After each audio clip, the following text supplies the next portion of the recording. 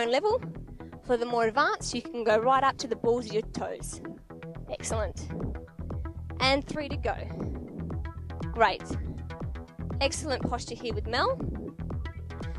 Making sure your weight is all the way over the tip of your big toe.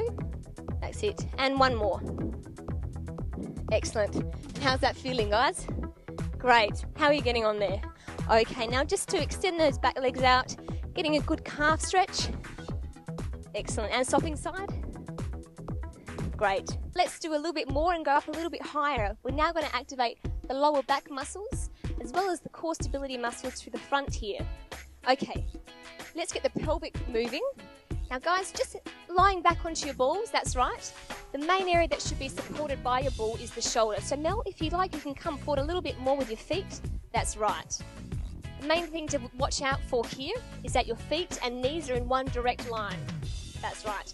Shoulders on the edge of the ball and your hips are off the end. Excellent. Now you've actually got the room to move your hips up and down. So Nick now will demonstrate the exercise we're doing. That's correct. Again, for beginners, hands across the chest and relaxed. For the more advanced viewer, hands behind the head. That's right. Okay, now these are pelvic lifts. What we're aiming to do is keep the knees as tight as possible. Just like that. That's correct. So one parallel line.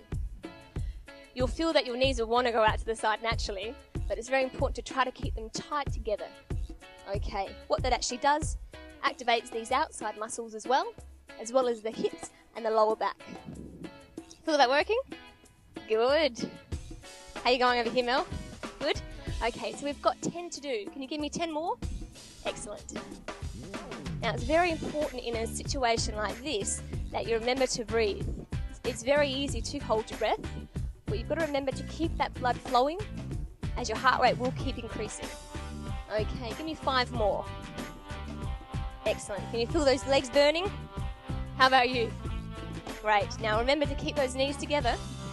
We've got 2 more. Excellent work. And 1 more. Okay, now relax. Now by relaxing, extend your arms over the ball and reaching back. Now to get a great stretch through the hips here that have just been activated, exactly as Mel's demonstrating, make sure the ball is directly underneath your shoulders. Great work. Okay, we're going to give you 1 more set of those. We've got another 10 repetitions to go. Let's go. And down and up. Great. Again, the movement must be very slow. We want to activate all the muscles through the mid-body here. The quicker the exercise is, unfortunately it leads to more, the timing can be wrong, the wrong muscles can be activated. The slower it is, the more controlled it will be. Okay, 5 more. You're breathing here, Nick? Good. It's very important. And 2 to go. Excellent. And holding up. Great. Now extending those arms up, relaxing over the ball, and don't forget to breathe. Now it's very important to stretch as you exercise. Decreases chance of injury, and it also reduces lactic acid, so it prevents soreness for tomorrow. Okay. Now we're going to be activating the opposite muscle groups. So if I can have you lying over the ball, coming right forward and putting the weight onto your elbows. That's correct. Okay. Now I might just have you moving forward just a little bit there. Excellent. Okay, now with Nick here, he's going to demonstrate the more advanced option. He's up on his fingers, but Mel, if you'd like, you can demonstrate on your elbows for the beginner version at home. Okay, so what we're after here is the extension of the back legs. Excellent, really activating the buttocks as well as the hamstring muscles. Okay, I want to see 5 repetitions. That's excellent. And holding for 5 at the top. Great. Now you see with the beginner's option here, you can have your legs apart, okay? But if you wish, they can be put together nice and tight, squeezing the toes, calves, hamstrings and butt, and that way it activates all those muscles the whole way down. As Nick is showing here, it's one straight line from his head through to his tail, right down his feet, once he is fully extended. There's no arch in the lower back.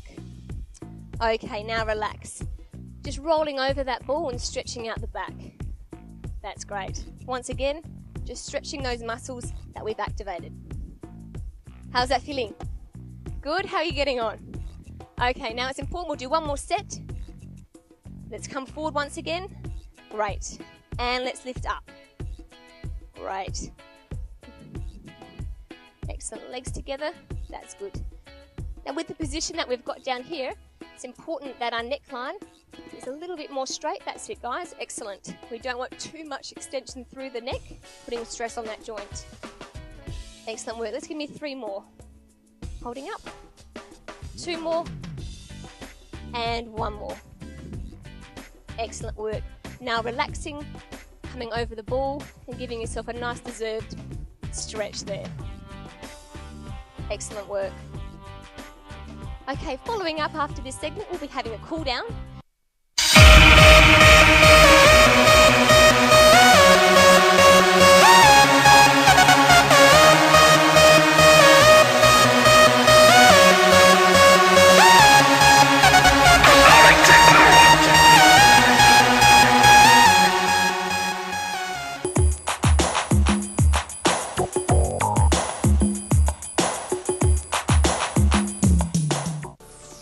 Now it's the best part of the segment today, we've got the cool down. Now you've worked really hard, you've activated quite a lot of your muscles through the lower body here, as well as the back and the lower legs. So it's important to stretch them out, get the blood pumping through them once again, reduce the heart rate and prevent injury. Okay, so I've got everyone just sitting on the ground down here. We'll first of all do a nice back extension and rotation work. Okay, so everyone bringing that front leg up, crossing it over and hugging it into your chest. All that'll do is just increase the stretch through your back here. That's great, Mel. As you can see, Mel has a very straight body, her shoulders are still back and her head's lovely and tilted up. Great work. Okay, now just tilt to the opposite side with your body. Sorry, just rotate it there. That's it. For the more advanced viewer, you can look in the opposite direction as Nick has done here. For the beginner though, just keep your head straight. Excellent work. Now it's important to hold your stretches. We don't want them rushed, as that can increase the risk of injury. Now let's swap over. So other leg in now, cross that over and hug that into your chest. Great. Now let's rotate back. So crossing over, looking in the opposite direction.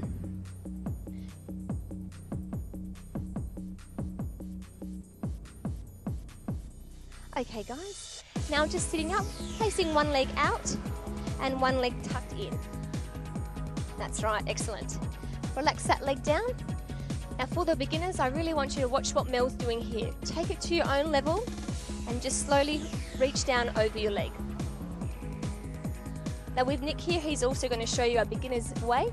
You can slowly just reach one leg down, almost to your foot. You feel a great stretch through your hamstrings as well as your calf. For the advanced viewer, Mel will give you an option as well, where you can crawl your hands towards your feet, increasing that stretch through your hamstring and your opposite buttocks. Excellent guys, now swapping over legs. Great. Reaching forward and down. Now it's important that you don't tuck your head under. We don't want any stretch through the upper spine here. The only place we want to stretch is in our legs and the lower back. Great job, Nick. How's that feeling, Mel? Stretching out those muscles we worked today? Excellent, great. Now sitting in a frog position, so both legs tucked in, feet in as close as you can to your body. For the more advanced viewer, Mel will show you can press your knees down towards the ground. That's right, again, gentle stretches. We don't want any vigorous activity here. And Nick will show you with the beginner's pose, the knees can be relaxed and you can grab your feet. Excellent, how's that feeling? Excellent. Now just coming around to a kneeling position. We'll now be stretching through the hip flexors and the hamstrings. So basing one leg out in front. That's great. And slowly just leaning into that stretch. Again, taking it to your own level. Beginners can place their hands either side of their legs. For more advanced, you can have your hands back on your hips. Excellent. Now, pulling back on that leg, straightening the front leg and leaning your body over that leg. For the more advanced viewer, you can put your hands on the ground if you wish and creep them forward. Again, making sure that the neck is extended and not tucked under at all. Excellent. For the more beginner's view, Nick's giving you the option here of resting your hands on your legs. Great. And swapping over. Again, going back into a hip extension exercise and resting it down there. Great. Have you enjoyed your workout today? You've activated some very big muscle groups. Your legs, lower body and lower back. As I said, it's very important that you do cool them down. And bringing that back. Putting your hands forward on the ground and slowly reaching over your hands. Now it's important that you are centered to that leg in front, because once again we don't want to activate or stretch the incorrect muscles. Okay guys, now standing up. As we stand up, we bring one leg up, clasp it with our hand, that's correct, and holding it up towards our bottom. For an increased stretch, pull it in even tighter, as we're demonstrating here. But for a beginner, you can just loosen it off. Squeeze the buttocks muscles, that way the hip flexors will be activated and you'll get a great stretch through the quadricep there as well. Excellent. Now swapping over sides. Excellent. And again, squeezing those buttocks muscles, breathing and activating your core muscles through your belly button.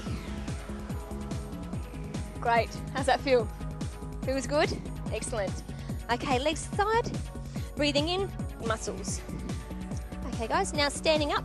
As we stand up, we bring one leg up, clasp it with our hand, that's correct, and holding it up towards our bottom. For an increased stretch,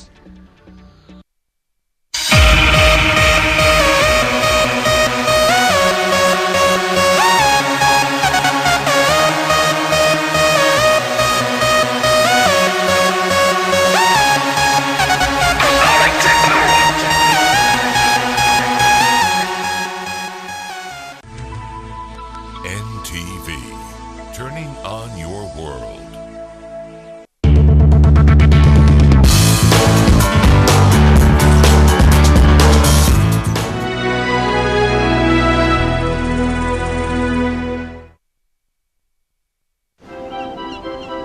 Every idea we have begins with you.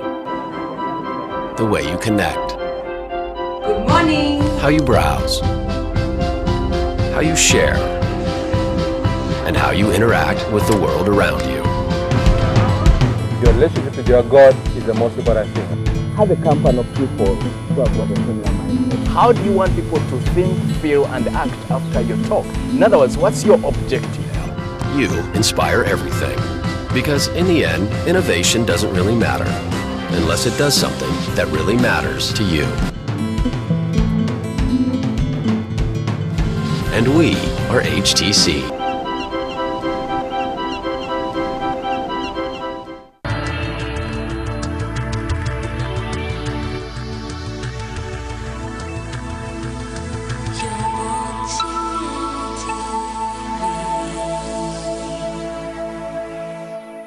Tandise ne poliisi ekola ku kunoonyereza ku misango eminene ekutte omusajja Barry Mpeire gwerudde ng'enoonya. Ono yeemulugunyizibwako ku ky'okutwala abantu ebweru w'eggwanga okukuba ekyeyo mu ngeri etali nnungamu.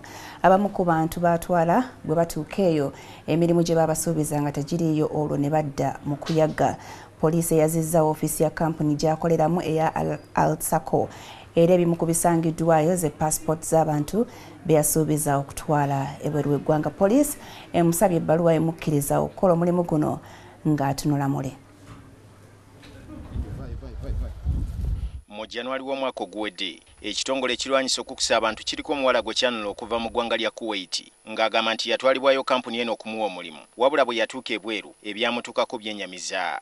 Butwatuka ebitukwatako byonna ne babitujjako passports byonna ekiyinza nga in case ne woba obuze ekiyinza okuyamba ogenda reportingako bakwembase yonna nga tetubiyina. Omuwala ono agamba nti omusajja ono yabalimba okubawa emirimu wabula olw'abalinyisa ennyonyi tebaddamu kumuwuliza ne mu kaseera akazibu nga bibasobedde yabeegaana. Nzezaako kubira kampani egaanye okunnyamba okunzizaayo. Poliisi okuva olwo ebadde eyiggana nnyini kampuni eno eya Alusako Bale Mpeirwe ebayambeko mu kunoonya abaana 34 abaasigala mu ggwanga lya Kuwait nga babonaabona. But we are very transparent. We are the largest external employer in this country. The largest. We are the only ones who still have people in Iraq. Mukwaza ofiisi za kampuni eno naggulu wasangiddwayo paasipoota z'abantu eziwerako nga bonna basuubiziddwa okutwalibwa ebweru babawe emirimu. You call Paul so you can have someone in the office deliver them.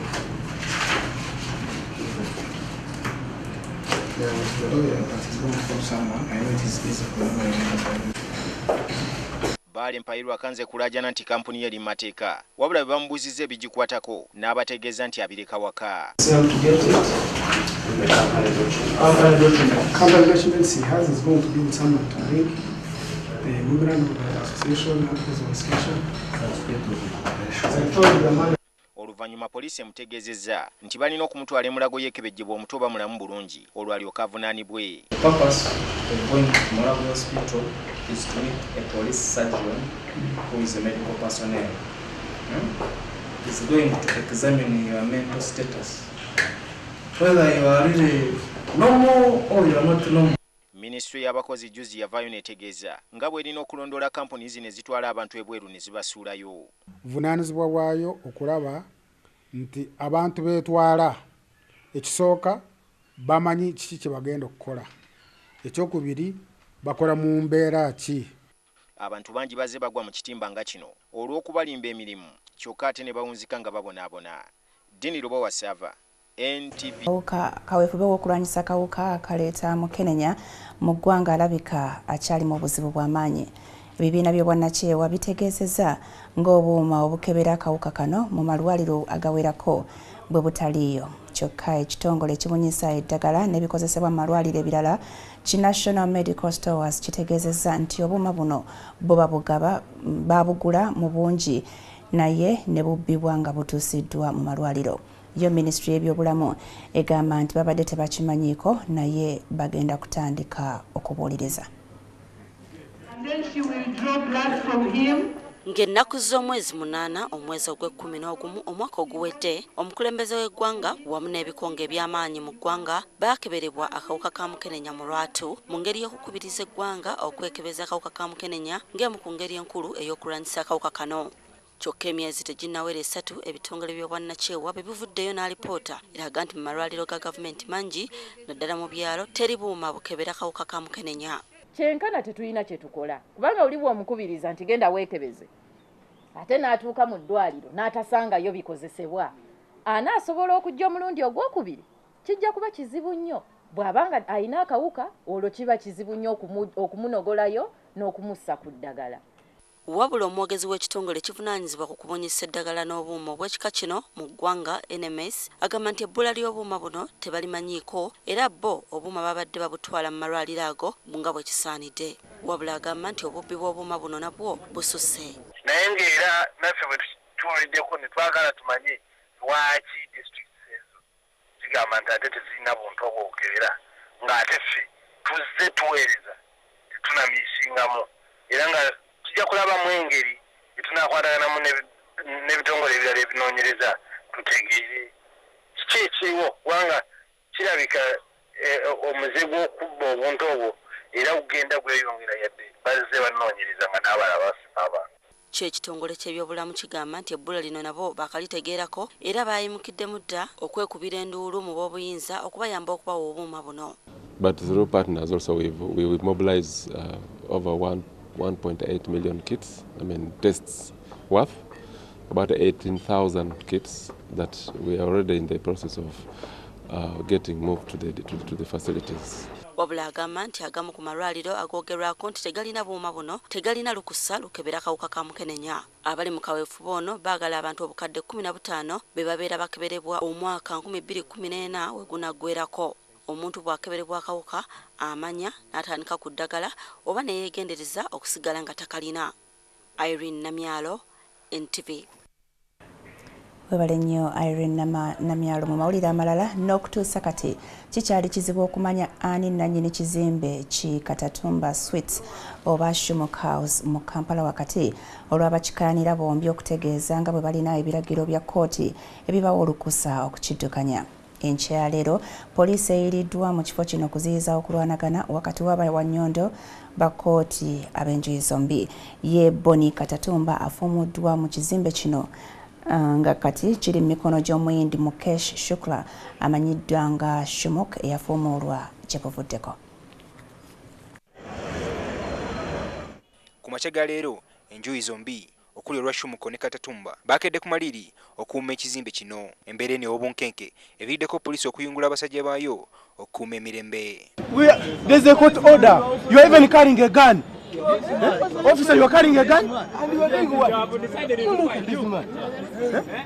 You are threatening the DPs again. You are threatening the DPs forward. Can you imagine? Era bagambibwa okuba bawannyondo ba kkooti ku ludda lwa Shumuk balabise nga bamenya geeti okusobola okuyingiza ekifuba nga n'abali ku ludda lwa Katatumba bwe bawaga.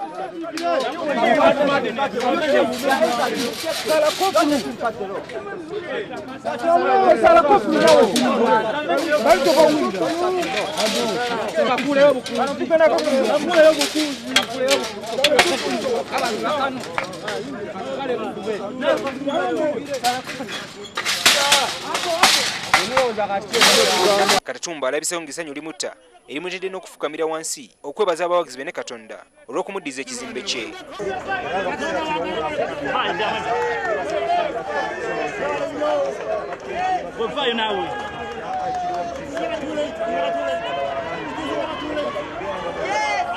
Wabula essanyu lino teriwangadde oluvannyuma lw'abawannyondo ba kkooti okumufulumya ku kifuba.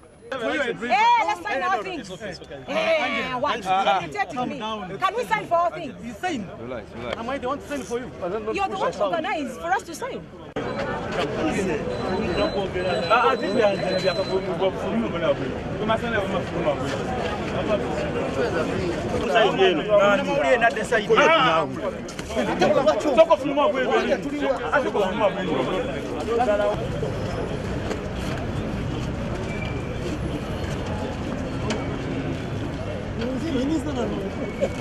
Kino kireeseewo obunkenke nga buli ludda luwaga ekiwaliriza poliisi okuyungula abasajja baayo. Mulina ababondya bamu, ababondya temuli, tuyingira mulondo bafumita.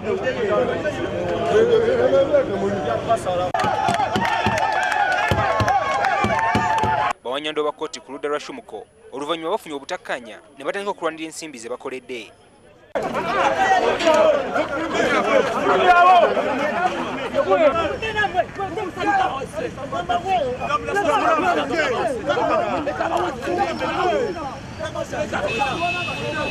Bwe buzibidde nga kizibu nnyo okutegeera nnyini kizimbe omutuufu kubanga oludda lwa Katatumba lulabiseeko nga lujaganya nga bwe lufunye ekiragiro ekipya okuva mu kkooti ekibalagira okudda mu kizimbe kino. Kimuli Ivan Kigozi. Emityana abasuubuzi beekalakaasizza nga bagamba nti enfuufu esusse okwonoona bizinensi zaabwe. Bano abeekalakaasizza emirimu gyabwe bagikolera mu ttawuni y'Emityana nga kino bakikoze okulaga obutali bumativu ku ngeri kanso gy'eddukanyaamu emirimu gyayo. Mmotoka y'abazimya moto ewaliriziddwa okuleetebwa okuyiwa amazzi ku luguudo luno ate yo ejjinja omusajja awanusa okuva waggulu ku kizimbe ky'abadde azimba n'afiirawo. Bano batadde emisanvu mu luguudo oluyita mu kibuga Mityana wakati ko n'okukuma ebipiira.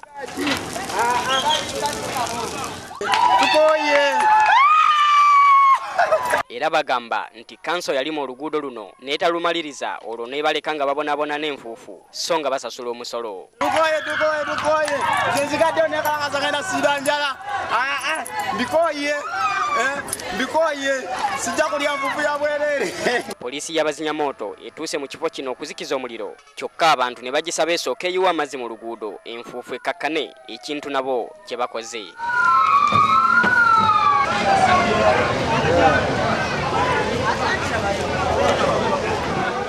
Oluvannyuma bayisa avunaanyizibwa ku kutegekera ekibuga annyonnyole ensimbi ezaali zirina okukola oluguudo wa gye zaalaga. Wabula ono abadde tannabaako kyannyonnyola ne bamukasuukirira amayinja ekiwaliriza poliisi okumuddusaawo okusobola okumuwonya ekibambulira. abato okuvako ejjinja Godfrey Katugo ow'emyaka 19 afiiriddewo mbulaga oluvannyuma lw'okuva ku katale ke babadde bazimba n'agwa. No, abantu bagwa like weeks ibiri bakaja bali bakazi kana mulala yagwa. Abazimbi batuukiriza nti omugenzi abadde abanja omusaala gwa wiiki 3 era ng'ono abadde taze kukola wabula n'awalirizibwa mukama we. Abaana tebafuna musaala mu kaseera bagamba sente bazitwala Juba tezikyajja mu contract bakyamuwa sente. Olaba de bwino wali afiiridde n'osuka kaaga kekamusiza bwe kati mbere yako ye eyawoma omutwe mu kuzimba akatale kano mugabirwa asaasidde nnyo ab'enganda z'omugenzi. Government egumiza ababaka baayo mu mawanga g'ebweru obutakankana olw'amawanga agatandise okubatiisatiisa nti ebitebe bya Uganda byakuggalwawo singa President Museveni ateeka omukono ku tteeka erirwanyisa ebisiyaga. Omubaka wa Uganda atuula e Canada Alintuma Nsambu ategeezezza NTV nga bwe yayitiddwa gavumenti ya Canada abitebye ku nsonga eno. These are normal people with abnormal behavior. Ng'amawanga g'ebweru ssaako n'ebitongole by'obwannakyewa bikyagenda mu maaso n'okuvumirira okusalawo kw'omukulembeze w'eggwanga bwe yategeeza nti agenda kuteeka omukono ku bbago ly'etteeka ery'okulya ebisiyaga. Ababaka ba Uganda mu nsi ez'ebweru bateereddwa ku nninga. Alintuma Nsambu nga ye mubaka wa Uganda mu Canada gwe twafunye ku lukomo lw'essimu yagambye nti gavumenti ya Canada yabayisira ne balabula ku kabi akali ku kya President Museveni okuteeka omukono ku tteeka lino. Twayitiddwa ku kitebe ky'amawanga g'ebweru ekya Canada nga gavumenti ya Canada eyagala okutuwa okwemulugunya kwayo kuteeka eryo erikyali mu bbago omukulembeze w'eggwanga President yalindiriddwa okusaako omukono. Yo gavumenti eyogedde ku kutiisatiisa ababaka ba Uganda netegeeza nti Uganda yakola ebigasa abantu baayo so si amawanga ag'ebweru.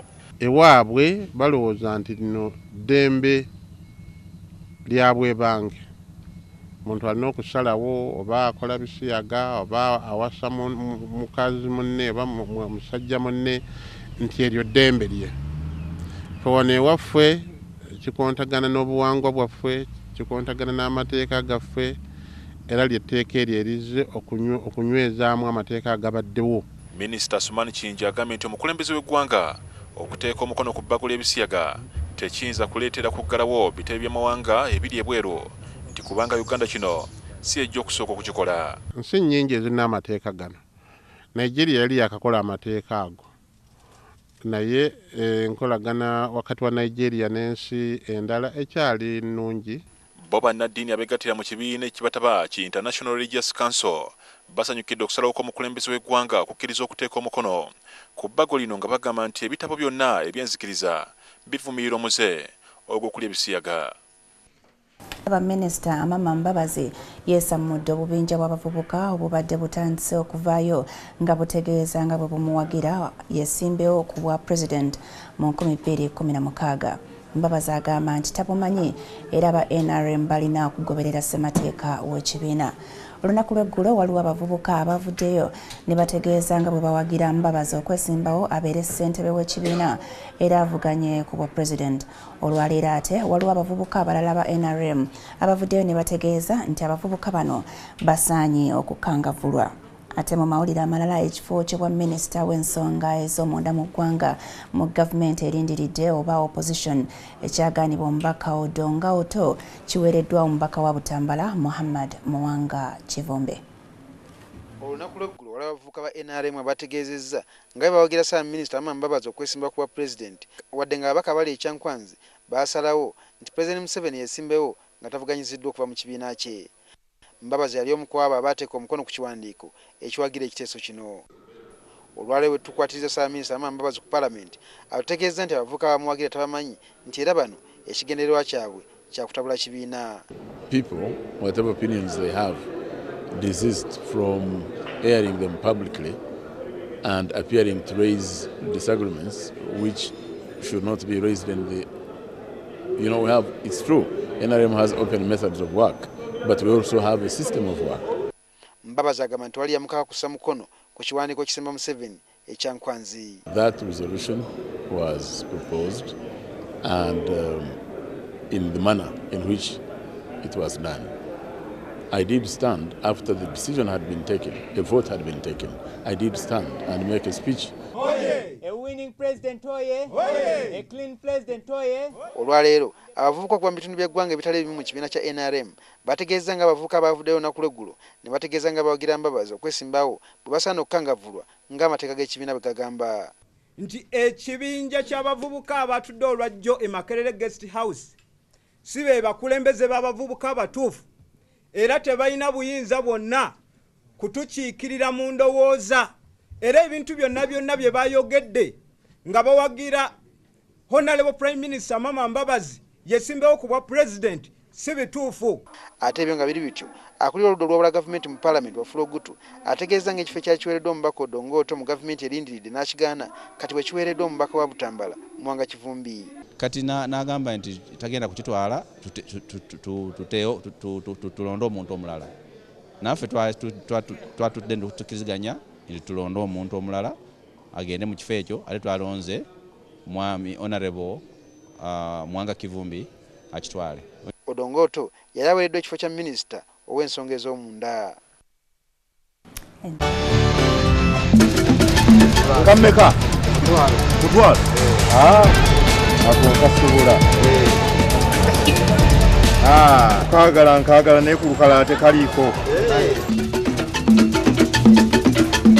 Sente okuva mu bizinesi ne sente okuva mu bintu ebirala ebiyita sente zetuyita sente zetutakoleredde.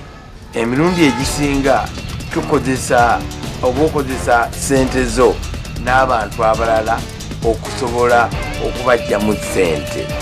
Kyentegeeza sente ze wakola olwo ziba zitandise okukukolera.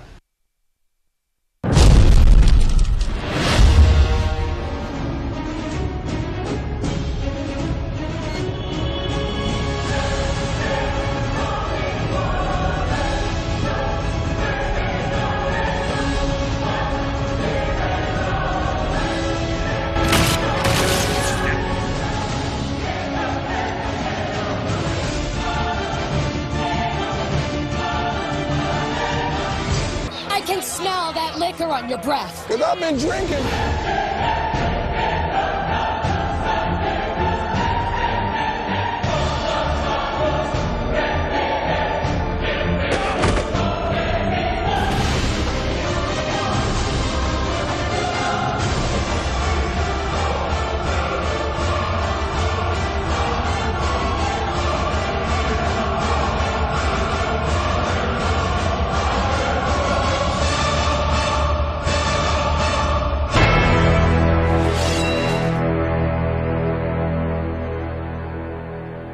Ebyobulambuzi Maria Mutagamba ayimiriza ekitongole ekivunaanyizibwa ku bisolo eby'omu nsiko obutaddamu kutunda permit z'amazike ku mutimbagano gwa internet. Abaddukanya ekitongole kino bategeezezza ababaka ba Parliament nti ekikolwa kya Minisita Mutagamba kikosezza nnyo enfuna y'ekitongole. Bagamba nti enteekateeka eno yali esuubirwa okuleeta obuwumbi 42 eri eggwanika ly'eggwanga. Obukubagano wakati w'ekitongole ekivunaanyizibwa ku bisolo eby'omu nsiko mu nkola empya y'okutunda pamiti ku mutimbagano gya intaneti kulinnya enkandago. Kubanga otula butuuzi ku kompyuta yo n'ofuna tiketi gy'oyagala n'osalawo nti nja kutambula na kampuni eno oba n'eno nekiggwa. Bw'oba oyagala hotel ng'oyagala hotel mu nsi yonna tokyetaaga kutambula n'osooka oyingira mu hotel. N'ibyo byonna biri online, so omuntu bw'atula gy'atudde n'atunuulira buli kintu nga ggwe toliiko oba wejjamu. Abaddukanya ekitongole bategeeza nti minisita avunaanyizibwa ku by'obulambuzi Maria Mutagamba yayimiriza enkola eno ekireetedde okufiiriza eggwanga obuwanana bw'ensimbi. Ndowooza yali ayagala kusooka kufuna kwebuuza kumanya birowoozo kuva banna bizinesi okuva mu uwa ne kuva mu bantu abalala bonna, so yateekawo akakiiko akajja okukitunulamu. Enteekateeka eno yali esuubira okuleeta obuwumbi 42 okuva ku buwumbi 20 eziva mu pamiti z'amazike. Amakampuni agakola ku by'okutambuza abalambuzi gavayo ne geemulugunya enteekateeka eno egenda bagoba mu bizinensi. Naye nze nsuubira nti nno balina okutya nti nno kiyinza okussa ku bizinesi yaabwe engeri gye bagikola. Dr. Andrew Seguya abadde asisinkanya ababaka ku kakiiko akalondoola ensaasaanya mu bitongole bya gavumenti. Kati ababaka baagala minisita Mutagamba abitebye lwaki yayimiriza enkola eno era efiiriza eggwanga obuwumbi bw'ensimbi. Tekyandibadde kirungi kuyimiriza kintu kino kubanga ekisooka tulina okutunda ebyo bye tulina nga tubitunda kwabo abasobola obbigula, era wano mu Uganda abantu abasobola okugula pamiti z'ebisolo ebyo bye tumanyi nga amazike beba abantu ab'ebweru. Okunoonyereza kulaga nti Uganda yesingamu amazike era nga Uganda erina amazike 400. Singa okulumagana kuno kugenda maaso wakati w'abasuubuzi ne gavumenti, Uganda egenda kufiirwa buwumbi na buwumbi. Jingo Francis, NTV, Queen Elizabeth. Webale nnyo Jingo Francis. Okusobola okutuukiriza obulungi omukaago gwa East Africa n'okutumbula ebyobusuubuzi mu mawanga agakola omukaago guno, ekimu ku birina okusibwako essira kwe kulwanyisa enguzi. Kize kyogerwa lunye nga enguzi bwe tataganya ennyo abasuubuzi naddala abo abalina okufujjirira abasirikale ba poliisi ku nguudo okuva e Kampala okutuuka e Mombasa. NTV yalondodde ensonga eno nekizuula nti abapoliisi y'e Kenya okulya enguzi tebakisanga mu buzibu bwonna.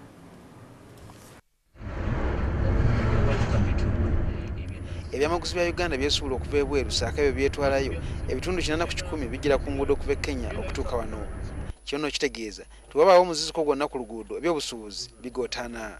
Waludde nga waliwo oluvuvumu nti abasirikale ba poliisi mu Uganda ne Kenya beenyigira nnyo mu kulya enguzi ku mmotoka ezitwala n'okuleeta ebyamaguzi, bwe kityo ne kikosa ebyobusuubuzi mu mawanga gano.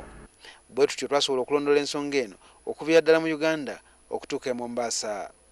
Byetuzudde biraga nti enguzi y'amaanyi nnyo naddala mu Kenya nga yo abapoliisi oyinza okugamba nti bakikola kyere. Bo abapoliisi ba Uganda omuze guno bagukola mu ngeri ya nkukutu.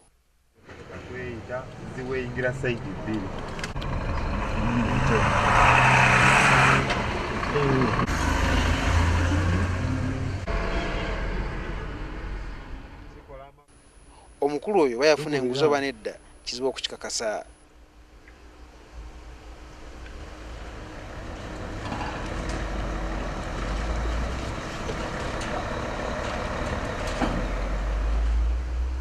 Kyokka bwe twatuuse Kenya yo kyeraze lwatu. Abasirikale ba poliisi baayo essira tebayitako ku kyakukebera byamaguzi wabula okufuna enguzi.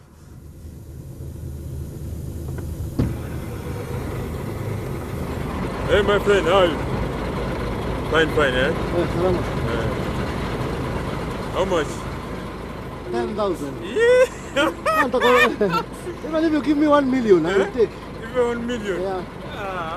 Just take, yeah? No problem, yeah? Kirabika abavuzi ba mmotoka z'ebyamaguzi nabo bakimanyi nti eno y'enkola okusobola okwewala ebizibu. Enguzi eno abavuga mmotoka zino kabe bannakenya oba Uganda nabo bakigaba kyere. How is it? Fine. Bwetyo nga kamera zaffe tuzitadde batasobola kuzirengerera obwedda buli lwe tutuuka nga tuwondera mmotoka zino poliisi y'ebidduka e Kenya n'eziyimiriza ng'ekyokugaba enguzi kyafuuka ng'omulimu. Hii mlango yetu amevunja. How is it? Unaendesha gari kubwa namna hii peke yako? Naenda mpaka wapi? Mombasa. Mbali sana. Sawa.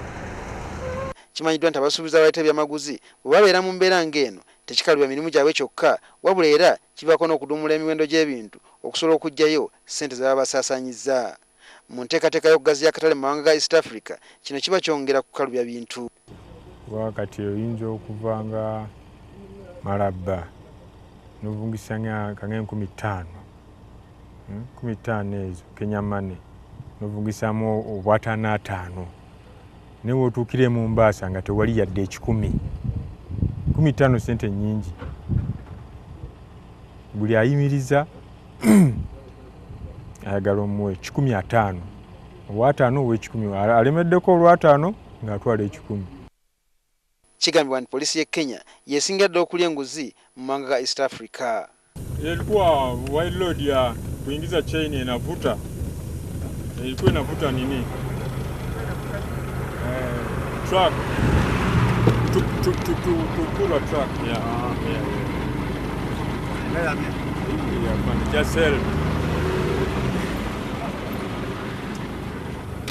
Abakulembeze ba East Africa okusobola okulungamya ebyobusuubuzi ekimu ku miziziko gye balina okugyawo amangu basirikale ba poliisi abenyigidde mu kulya nguzi.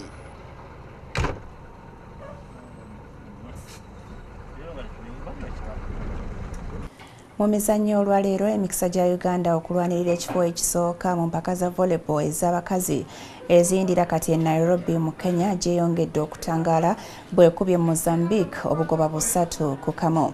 Ttiimu eneekulembera endala mu mpaka zino yokka yegenda okukiika mu mpaka z'ekikopo ky'ensi yonna mu ggwanga lya Italy omwaka guno.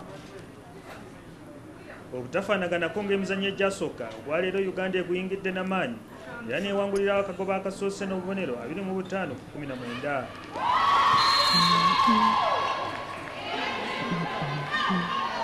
Akagoba akokubiri nako Uganda kajjanguyidde bwe kawangudde n'obubonero 25-18.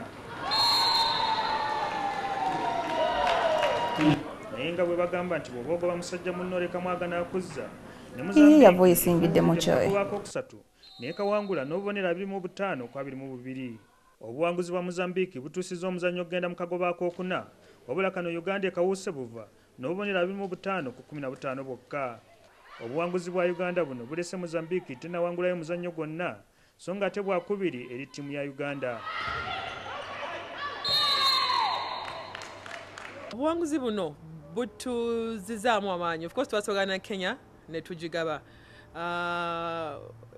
Ebisinga tutera okutandika nga tutandika mpola mpola eddako ne twongezaamu ku maanyi. Guno tuzanye omuzannyo gwaffe nga omupiira tuguteekawo tulina okuguteeka nga buli omu akola kyalina okukola. Kati Uganda yakuzzaako Tunisia olunaku lw'enkya. Sam Mpoza. NTV, turning on your world. Today's highlight with New geisha with extracts from Mother Nature. You traitor! Get your hands off of me, you lunatic! He always preferred me over you. That's why he ran into my arms as soon as he could. That isn't true! You set your sights on him like the whore that you are! Oh, help me! She's trying to kill me! Ow! Ow! David, what's wrong? Oh, it's really painful. Sweetheart. It hurts. Where? It really hurts. I'm gonna kill you. What are you doing, Taurus? I'm gonna kill you. My mom always wants what's best for us. That's why she uses new geisha with extracts from nature. New geisha with extracts from Mother Nature.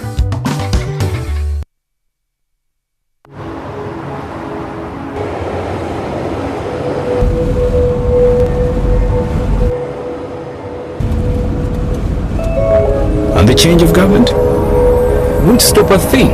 I've run out of fingers counting the number of multinationals setting up here. What about the 3 companies that announced their plans to launch last week? I say they're shortly. Me, I'd be looking to sell. At what price? More. Much, much more.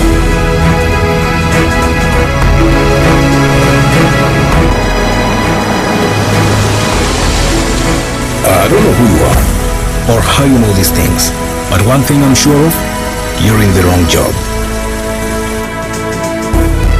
Here, call me tomorrow at 9 o'clock in the morning. I'd like to hear more from you. Are you ready for your big break? The East African, understanding the region.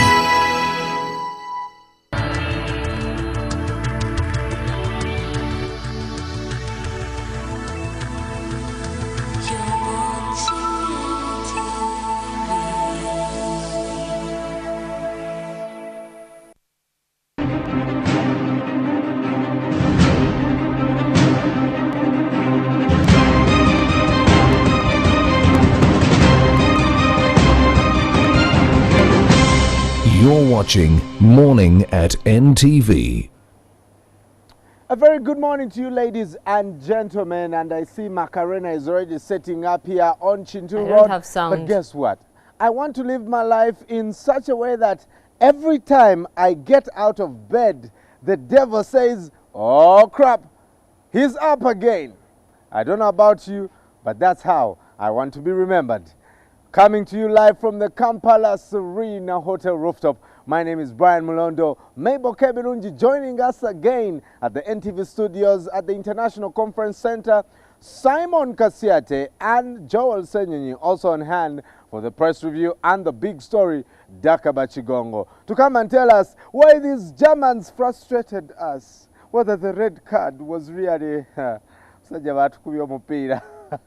but we'll take a look at that later in the show. Let's kickstart our day with the question of the day. Good morning.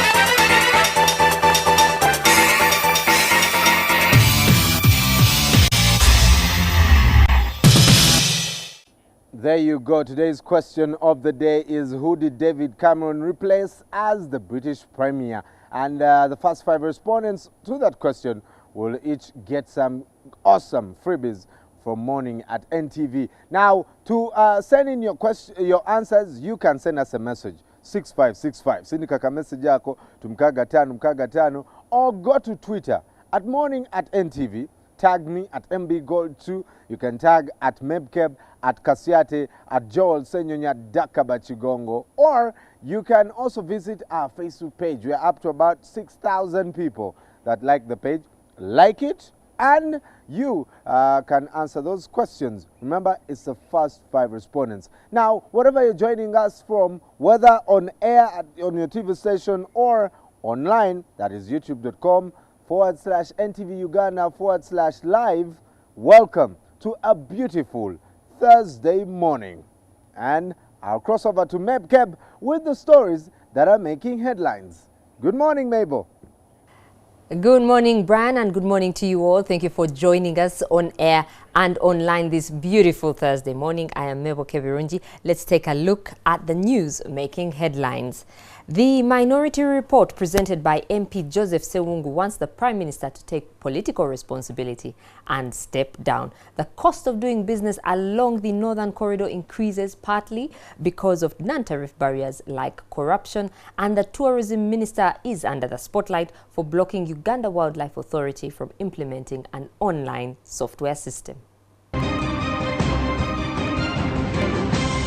You're watching Morning at NTV. Parliament wants the former Permanent Secretary in the Office of the Prime Minister, Pius Bigirimana, Accountant General Gustavo Bok, and the Secretary to the Treasury, Keith Muhakanizi, prosecuted for misappropriating donor money meant for the rehabilitation of war-wrecked northern Uganda. The Public Accounts Committee report tabled before Parliament last afternoon, is also calling for fresh investigations. As Agnes Nandutu reports, the minority report presented by Kalungu MP Joseph Sewungu wants the Prime Minister Mama Mbabazi to take political responsibility and step down. The much-awaited report into financial misappropriation of an astronomical sum of money in the Office of the Prime Minister has been tabled before the August House this afternoon, together with the minority report. Over 50 billion shillings meant to rehabilitate war-ravaged northern Uganda was stolen in the OPM's office in what was one of the biggest white-collar swindles under the NRM regime. The Parker report, among many other officers, implicates former Permanent Secretary Pius Bigirimana in the Office of the Prime Minister, Secretary to the Treasury, Keith Muhakanizi, and former Treasury Accountant General, Gustavo Wochi. People must be brought and must be made culpable for losses that have been occasioned to the government of Uganda, and there should be no stone unturned, so that we ensure that the fight against corruption in this country is taken to its appropriate direction. Billions of money being swindled, and instead of implicating some individuals, people are just praised and promoted. The case of Bigirimana. Bigirimana was transferred from OPM to another ministry. The main report presented by the outgoing PAC chairman Wadri Kasiano pins the Prime Minister Amama Mbabazi for exerting political pressure on the permanent secretary Pius Bigirimana to buy him a state-of-art Mercedes-Benz worth 300 million shillings. However, the report exonerates Mbabazi of political culpability. I am a chairman of a committee. I'm a strategist. The end of the day, you will find that actually this minority report augments our recommendation. It supports our recommendation. And I needed to have everybody on board. So are you agreeable with the minority report? I am 100%. I'm in agreement with the minority report. I cannot say more than that. I'm 100% in agreement, and I will tell you. The main report itself, with the chronology of the grand and unshameful theft, and then you come up with recommendations which are weak in nature, I fail to understand. Public Accounts Committee looks at the accounting officers. Unless there is proven issues with the evidence that there was influence peddling by political officers, that's when we come up to recommend. However, a minority report tabled by Kalungu West MP Joseph Seungu indicts the Prime Minister for his role in blocking the transfer of the principal accountant Geoffrey Kazinda. You step aside until when the investigations or this report has been completed and this report submitted to the appropriate authority. But as it stands now, we are being judges of our own case. I thought, you know that the conclusion will be that the Prime Minister takes political responsibility because he's the chief supervisor of that ministry, of that department or his office, and a lot of things were done under his nose. The report, which will be debated on Tuesday next week in the plenary, also implicates many other officers from the Ministry of Finance, Bank of Uganda, and Office of the Prime Minister. Agnes Nandutu, NTV. The cost of doing business along the Northern Corridor is increased partly by non-tariff barriers like corruption. One of the perpetrators of this vice are the police. While this may not be new, the style and manner in which it is done is synonymous with extortion, as the officers go about it with impunity. It is a reality that the business community seems to have learned to live with, as our cameras witnessed on the road trip along the Kampala-Mombasa road trip, I beg your pardon.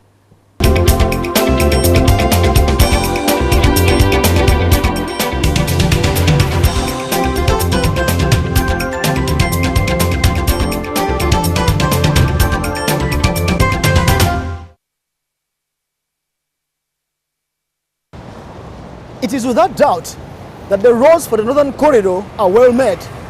And if it was all about roads, then trade facilitation would be as good as done. However, on these roads exist human beings, also known as police, who prey on the business users of the roads, especially carriers of cargo. We had heard of stories, but we sought to find out and present recorded evidence of police corruption that drivers of cargo trucks will tell you is inescapable, and indeed, part of the cost of doing business. First, a truck driver that asked us to conceal his identity told us about the bribery ordeal on the road and allowed us to ride with him in his cargo truck to see for ourselves, incognito, what actually happens. Wakati oyinza okuvanga malaba novungisanya kange 15 ezo kenyamane novugisamu obwatana 5 newe otukire mu Mombasa nga tewali yadde 15 sente nyingi buli ayimiriza ayagala omuwe 15 obwatano we 10 alemeddeko olwatano ng'atwala 10. It is all a sequence of steps that will repeat itself many times all along the Northern Corridor. First, the waving down of the truck by the policeman. Then the policeman walks to one of the truck doors and opens it. Sometimes nothing is said as long as he gets what he wants, and the cycle continues for the whole day. Yo luyimiriza bwati nga gula ku lujja tukira ku lujji nga asaba ng'omuwa bw'ogaana omuwa ng'atandika kwekebejja mmotoka tekamu indicator alinya breki kolotia. Whatever happens according to this truck driver, one way or another, it's only money in form of a bribe that will get your truck back on the road. Ngajikuto kangayo ngoba kuliko mpiro guwoninze paka ku petrol amene ku police station paka ngo kubira bakama abo nga bawereza sente neto sawa kuva ku police ndi bakutadde gendo ujateka ko mpira tekisoboka kube Kenya. Such is the entrenchment of corruption that logistics companies and truck drivers put it as part of the budget. In Kenya, the police corruption is blatant, brazen, strewn with arrogance and impunity.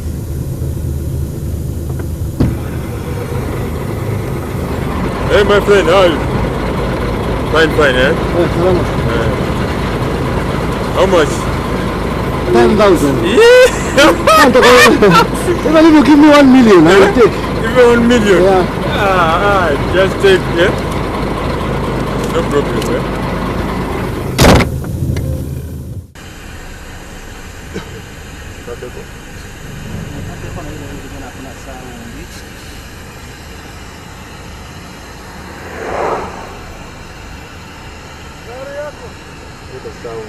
Nzuri.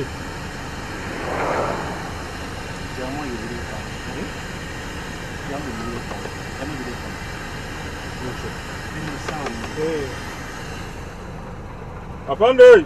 Ambo. Kwa. Fanya.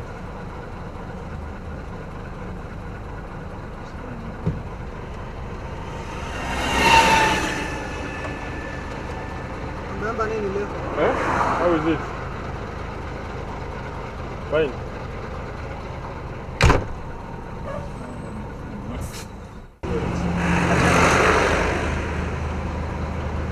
Apande, pita huko. Pita pande hii mlango wamevunja hiyo.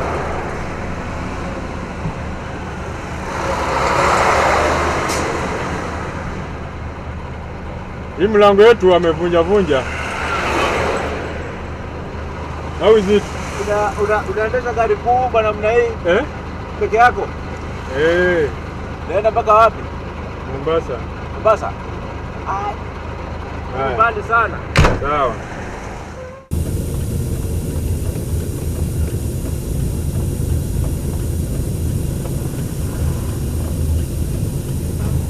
Ilikuwa wide load ya kuingiza chain inavuta. Ilikuwa inavuta nini? Truck.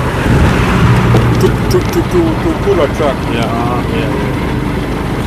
Yeah, just help.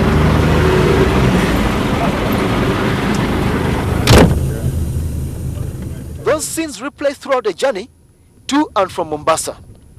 Uganda's police is not innocent, but is more discreet and careful.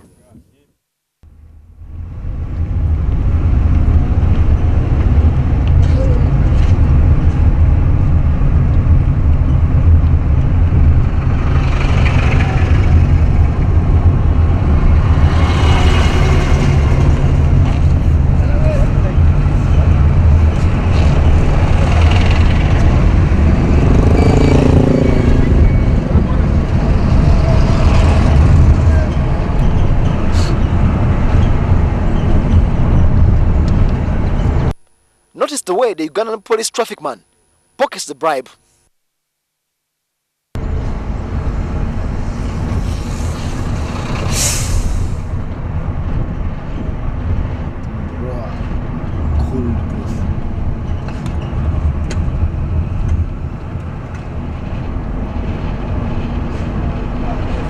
Here, because he suspects our unmarked car, he had to squat to count the cash he had received.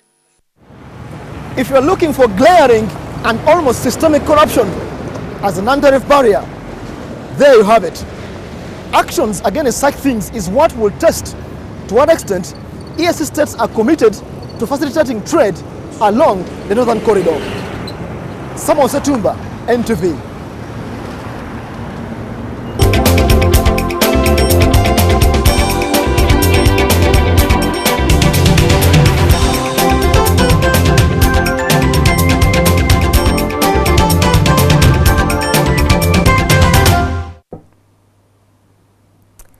Indeed, they say man eateth where he worketh. I wonder what the police will say.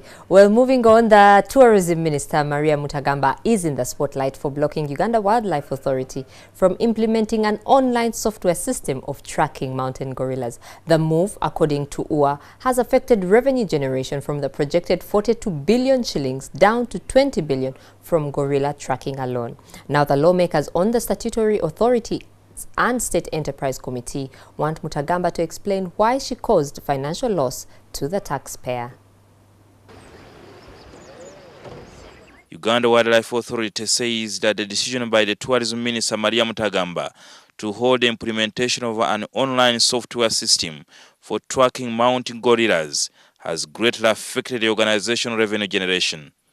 The minister came in to give political guidance and set up a committee to discuss the modalities of implementing that gorilla permit system. Mutagamba allegedly ordered Uganda Wildlife Authority to stop the system in November last year. Uganda Wildlife Authority designed a software to allow tourists book and pay for the permits online, a move that has faced stiff resistance from the private tour operators. We are going to start by limiting its access at the moment to the tour operators such that they can, instead of them coming to UWA all the time they need permits, they can actually access them inside their own offices. They claim the system drives them out of business and give UA a monopoly to sell the permits.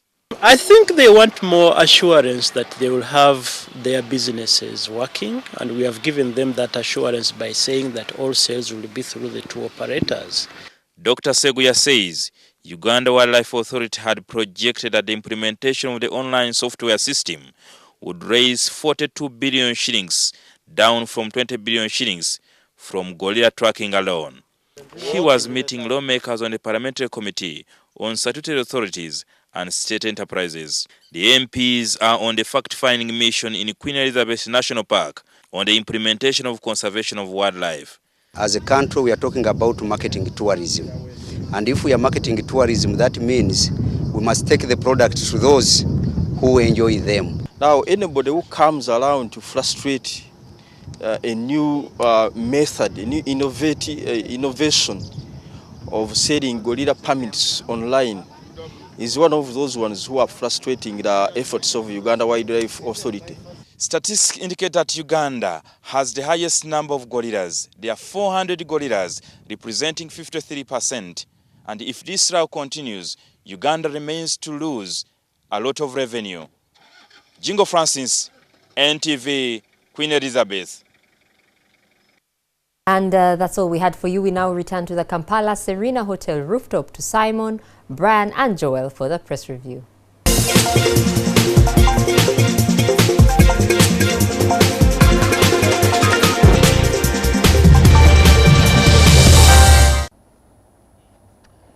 A slightly overcast Thursday morning, the 20th day of February 2014, coming to you live from the rooftop of Kampala Serena Hotel. This morning at NTV's press review. Simon Kasiati is my name, and with my usual boys, Brian Molondo and Joel Senyonyi. Did this guy just call us boys? Yes, he did. What is there to show that Did you take your medicine? Did you take your medicine? Did you take your medicine this morning? I am clearly not mistaken, and if you want to prove a point here, you do it the Odonga style. What, a dress or something? Parade your wife and children. One of these days on Morning at NTV. At the Daily Monitor this morning, and of course getting a feel of how to start your day with wonderful news stories coming to you from both the local and international scenes. Well, we've got a front page picture of a man kneeling down ostensibly in prayer after court ruled that he owns a major property in the center of Kampala city. Who are we talking about? Businessman Boni Katatumba, as well as Pakistan consul to Uganda. Yes, yesterday he was granted ownership of what we used to know as Black Line's house. It's now Shumuk House, right? Well, it's been ping pong because Kokot had handed it back to him. Then again they ruled, gave it back to Shumok, and now the principal judge says, no, let's hold this, let it keep in the hands of Mr. Karatumba until further orders. So it's a little bit confusing. But as I saw this picture of him kneeling, I was thinking, okay, at least he's kneeling for God. The other day somebody was kneeling for who? You remember? For the president. Well, it's just a hierarchy. That from the president, then you go to God. Is there anything in between? Well, Prime Minister Amama Mbabazi has broken his silence on the issue that's been on our lips over the last couple of weeks, which is he or is he not looking with a very gleeful eye at the presidency come 2016? So what exactly has he said in his breakage of silence? Joel? Prime Minister Mbabazi, I think, is still leaving a lot of room for equivocalness. Let me just read this quote here. The Prime Minister has advised NRM youth who are urging him to contest for 2016 polls to express their views under party forums. He's not telling them to stop making noise because Fono Pondo was saying the Prime Minister, if he's not interested, he should come out and tell these tempestuous youth to keep calm. I am not interested in the presidency. But he's not doing that. He's telling them, okay, if you want me to stand, go through the party forums. And then there's a lot of room for ambiguity there. No, well, I think it's extremely clear. He has said that he's quoted here as saying the decision on who carries NRM's presidential flag in 2016 will be decided by the official party organs and warns youth leaders in the party against fighting in public.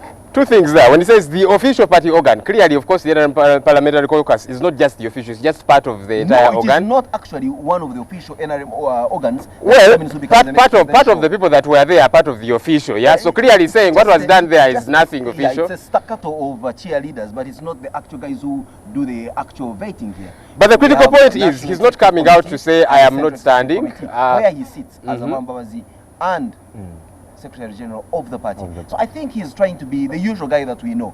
Meticulous, sly, but also very, very, very keen on matters of procedure.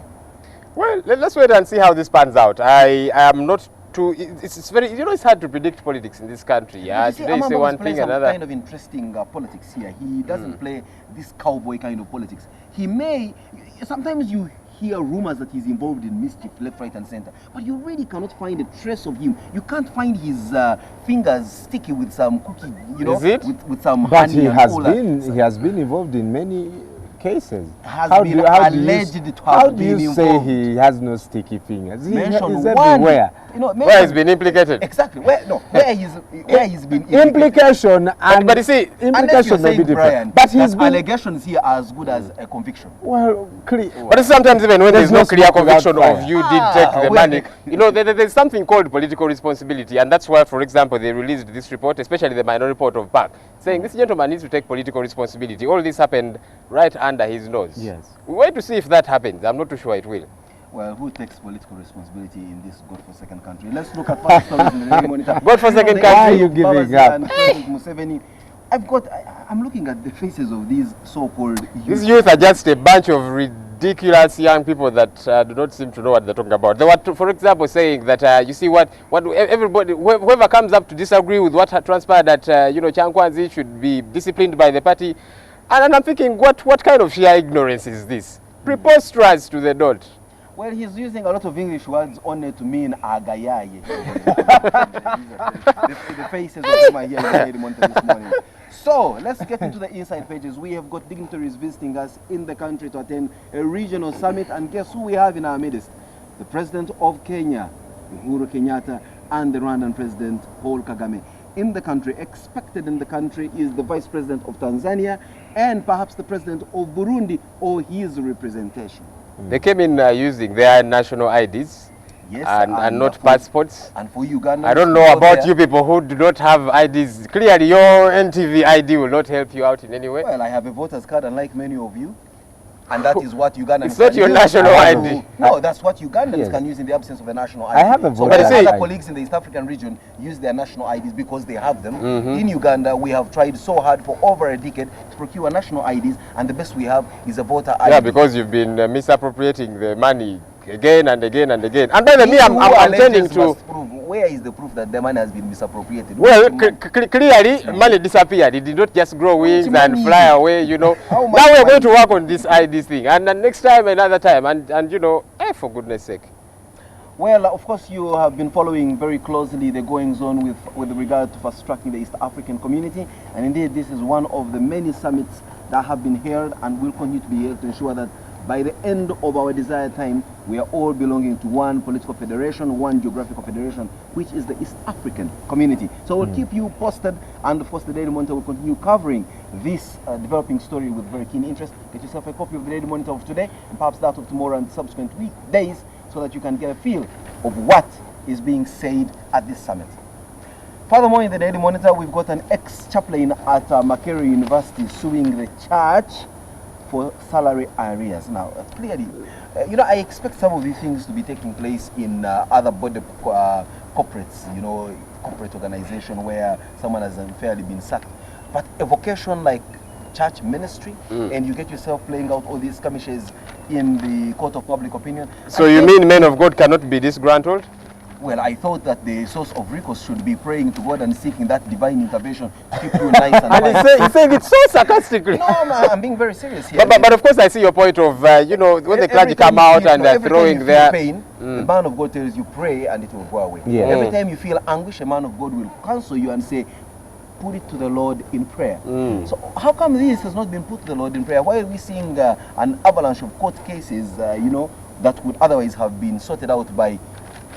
I've always thought, you know what, I think many churches in Uganda, I don't know about, generally Africa, should come to the point of not just providing places where people come and connect with God, but I think it's time for churches to add a bit of the corporate, you know, world in the pay people on time, get professional people to do the job. Exactly, just like they earn their money on time. I have never seen any delay in offering offertory. Do you tithe, you man? Pardon? Next story. Tithe cool. Well, next story. You know, it's all about politics in this country. Now we've got a story playing out in the Daily Monitor that the Mafabi faction, remember him? The former leader of opposition, Nathan Nandala Mafabi. Now his supporters seem to have formed a new party, a breakaway faction of the Forum for Democratic Change. So in this place, you lose a position in a party, you go away with your supporters and form your own political party. Or you don't get endorsed at Yankwanzi and then... So do we actually see political opposition parties as those vehicles that will give us the change that we so much hype about and clamor for? I doubt. I think they're very comfortable being in the opposition because from there they earn a few left, right and center picks that keep them comfortable, and that for them is the closest they get to power. Let me tell you this, without fear of future contradiction, I have come to a point where I do not believe a political party is going to salvage Uganda. The way things are, the way political parties are organized, and you know, the interest therein, etc., etc. Maybe at some point, if these ones metamorphose into something different or something else comes up, but the way things are right now, you are very careful not to trust political parties because of who is behind them, the agenda. The NRM is geared at staying in power. The opposition just wants to get these people out of power, and that's not good enough. Keep them out of power. They know they cannot even handle the power. I mean, clearly. Well, whether or not they can do it, the point is that's what they want anyway. Honorable Alaso, if she woke up one morning and she found herself in State House as president, she would just say, "Oh, I'm incompetent." What do I do? I mean, but earlier we talked about. We're not going into personalities here. If we woke up tomorrow morning, and as we are here to press review on Morning at NTV, it dawned on us that the FDC is the government in place. Believe you me, I would know that the next day I would be here to review the press by saying, we have given up, we cannot handle this. Why do you say that? Well, what is there to show that they have been able even to manage themselves, let alone the country? But, well, we have political differences across the whole board. But earlier we were talking about... Finish that point. Across the whole board, all parties are suffering. So, like we actually have 1 million and 1 parties in this country. Like you Christians will say, for all have sinned and fallen short of the glory of State House. But earlier we were talking about political responsibility. Where is Mafabi in all of this? If he said his allegiance is to the party, why doesn't he stop this going on? And I think that's the point. He needs to come out and try to jail both sides. If these people are saying, we are for you, if you are not appointed, you're going to, we are going to jump ship and that kind of thing, he needs to come in and take leadership. Well, on the other hand is that sometimes many of our leaders are not actually leaders, but they are being led by the mob that create some kind of support behind them. They are politicians. That's why you always say, when the people decide. So who leads who? Is it the people that decide for the leaders, or the leaders supposed to take firm decision for these people? The other day I told you the difference between politicians and leaders. Leaders are more concerned about the next generation, but politicians are more concerned about the next election. We have too many politicians in this country. I still can't get my eyes away from this picture of the so-called NRM youth bickering all over the place. Now, if a picture speaks 1,000 words, I am looking at, are these guys are possibly not speaking. I have a feeling they are singing. I have a feeling they are shouting in one. Well, clearly I watched them talk. They even speak bad English, but that's beside the point. I just got a little bit irritated by their pesky way of doing things. They are uninformed and they are just trying to, play political games here and there. It doesn't make sense. There's a new guy at Chambogo University called a vice chancellor, and it's none other than, John Sebufu. Remember him, Professor, who was at Bakeri for some time? And this time he got a road welcome at Chambogo University. The usual Chambogo welcome, tear gas. When do these guys actually ever study? It's from one tear gas episode to another tear gas episode. Parents, when you have your children in Chambogo University, what exactly are they playing out in that university? I fail to understand what goes on at Chambogo University that keeps it so volatile.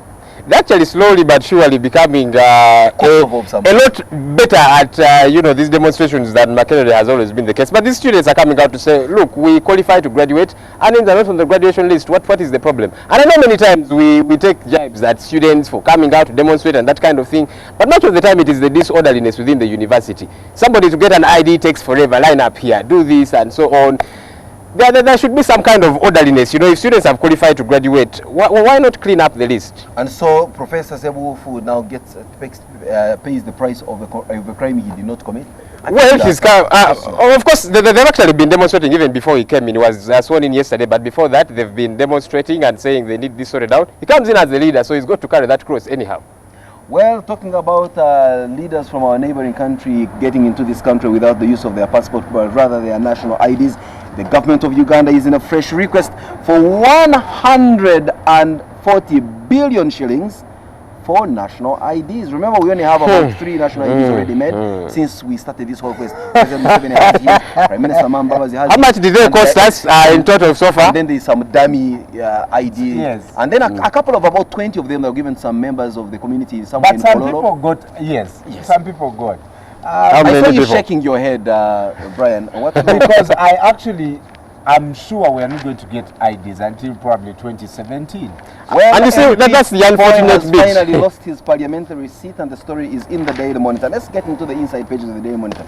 Daily Monitor is always very interesting. Talking about universities and Makerere University, to be very specific, there is a story that halls of residence shall be privatized.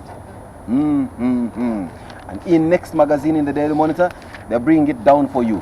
Who, where, what, with regard to the privatization of halls of residence at Makerere University. First of all, these halls look dilapidated, for lack of a better word. They are. And they I don't think just it's time for someone to come in, invest, and charge money, because obviously the university has failed to look after them. Yes. The other thing they want to do. Dirty and smelly. I was a resident of Mitchell Hall, and you made your contribution. Thank you very much to making them dirty and terrible. Well, the Daily Monitor this morning has got your usual pull out. My car. Look at what you call those cars that do all the donkey work for you. And of course, get to find out more insight on how your car is behaving and see what other motorists like you or those who love cars are asking the car doctors. And yes, of course, for many of you who are in the lovey-dovey mood, especially coming in on the heels of Valentine just last week, the Heart to Heart magazine is there in the Monitor. And the headline story in there is "No Romance Without Finance." It's a question, Brian. And Joel? Freaking fact there. Love doesn't pay bills, it doesn't put food on the table, so we've got to love, we've got to work hard too. Before we go in for a break, Brian, sports? We start off from a match that played out last evening. Last night, Arsenal losing 2-0 to Bayern Munich, which was kind of. What did you predict? Brian, what did you predict here yesterday? I predicted 2-1, and we almost scored the one. But losing out there against Bayern Munich, which is believed to be the best club in Europe right now. Well, before we can talk about international football, our own football is in some kind of issues finding the junior minister for education in charge of sports guilty by the Constitutional Court, and FUFA surviving narrowly by the hook. What exactly are we talking about? Get yourself a copy of the Daily Monitor to find out exactly what's happening with regard to management of our local football. In Uganda, we have so deserted it, and we all so much know what's going on in the Premier League, but we have no idea what goes on in our own backyard. It's time to get yourself a copy of the Daily Monitor and feel a bit nationalistic and patriotic. Folks, it's about time we go in for the big story. Thanks for joining us here for the press review this morning, Brian and Joel. It's been a pleasure. We meet you same time, same place tomorrow. But, of course, Morning at NTV continues.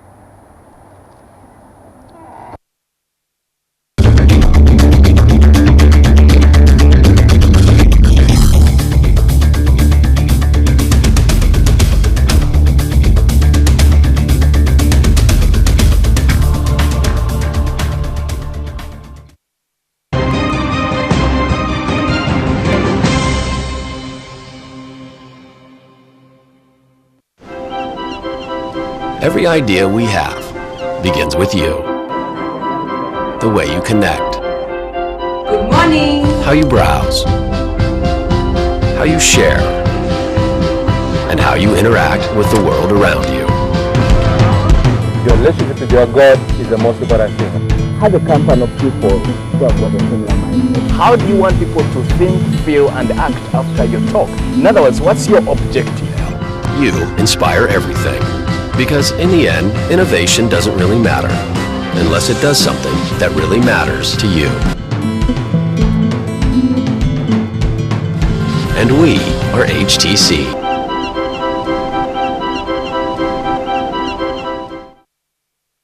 Oluvannyuma lwa lutalo abaana bangi batwalibwa ab'ekika era bulala basigadde abamu bajja ne babakima. Era twagenda mu Lukoola eyo ina Kasongola mu Buluuri, twagenda mu Butale Babalaaro okubuuza omwana oyo mumanyi. Nti mukwate obutonde obw'ekkonkome, mukwate obutonde bwa Ebola mubuteeke mu nsigo. Omuzungu ayogedde Parliament muyise. Bosi basajja omulembe guno gutuusemu n'abantu n'entondo kati waliwo n'emyaka egy'entondo. Waliwo yakiŋŋamba. Bamugamba muŋŋambe bulungi kati munkwate empola. Dokita buli akwata Bayibuli eno ajja kusomera bintu nga ye bw'alowooza.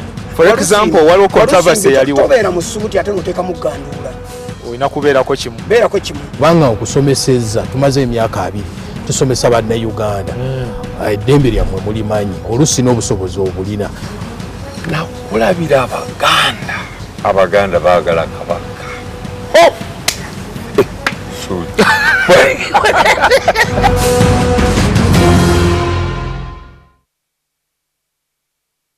On the next episode of La Patrona.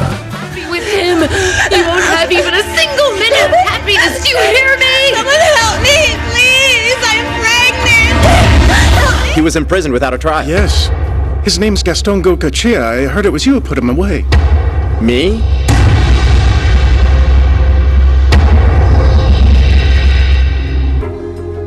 She always beats me, Patricia, because Alejandro won't forget her. But how do you know that? I've been invisible since Lucia was born.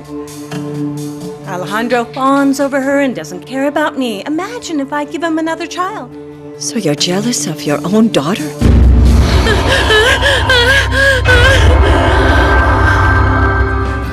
La Patrona.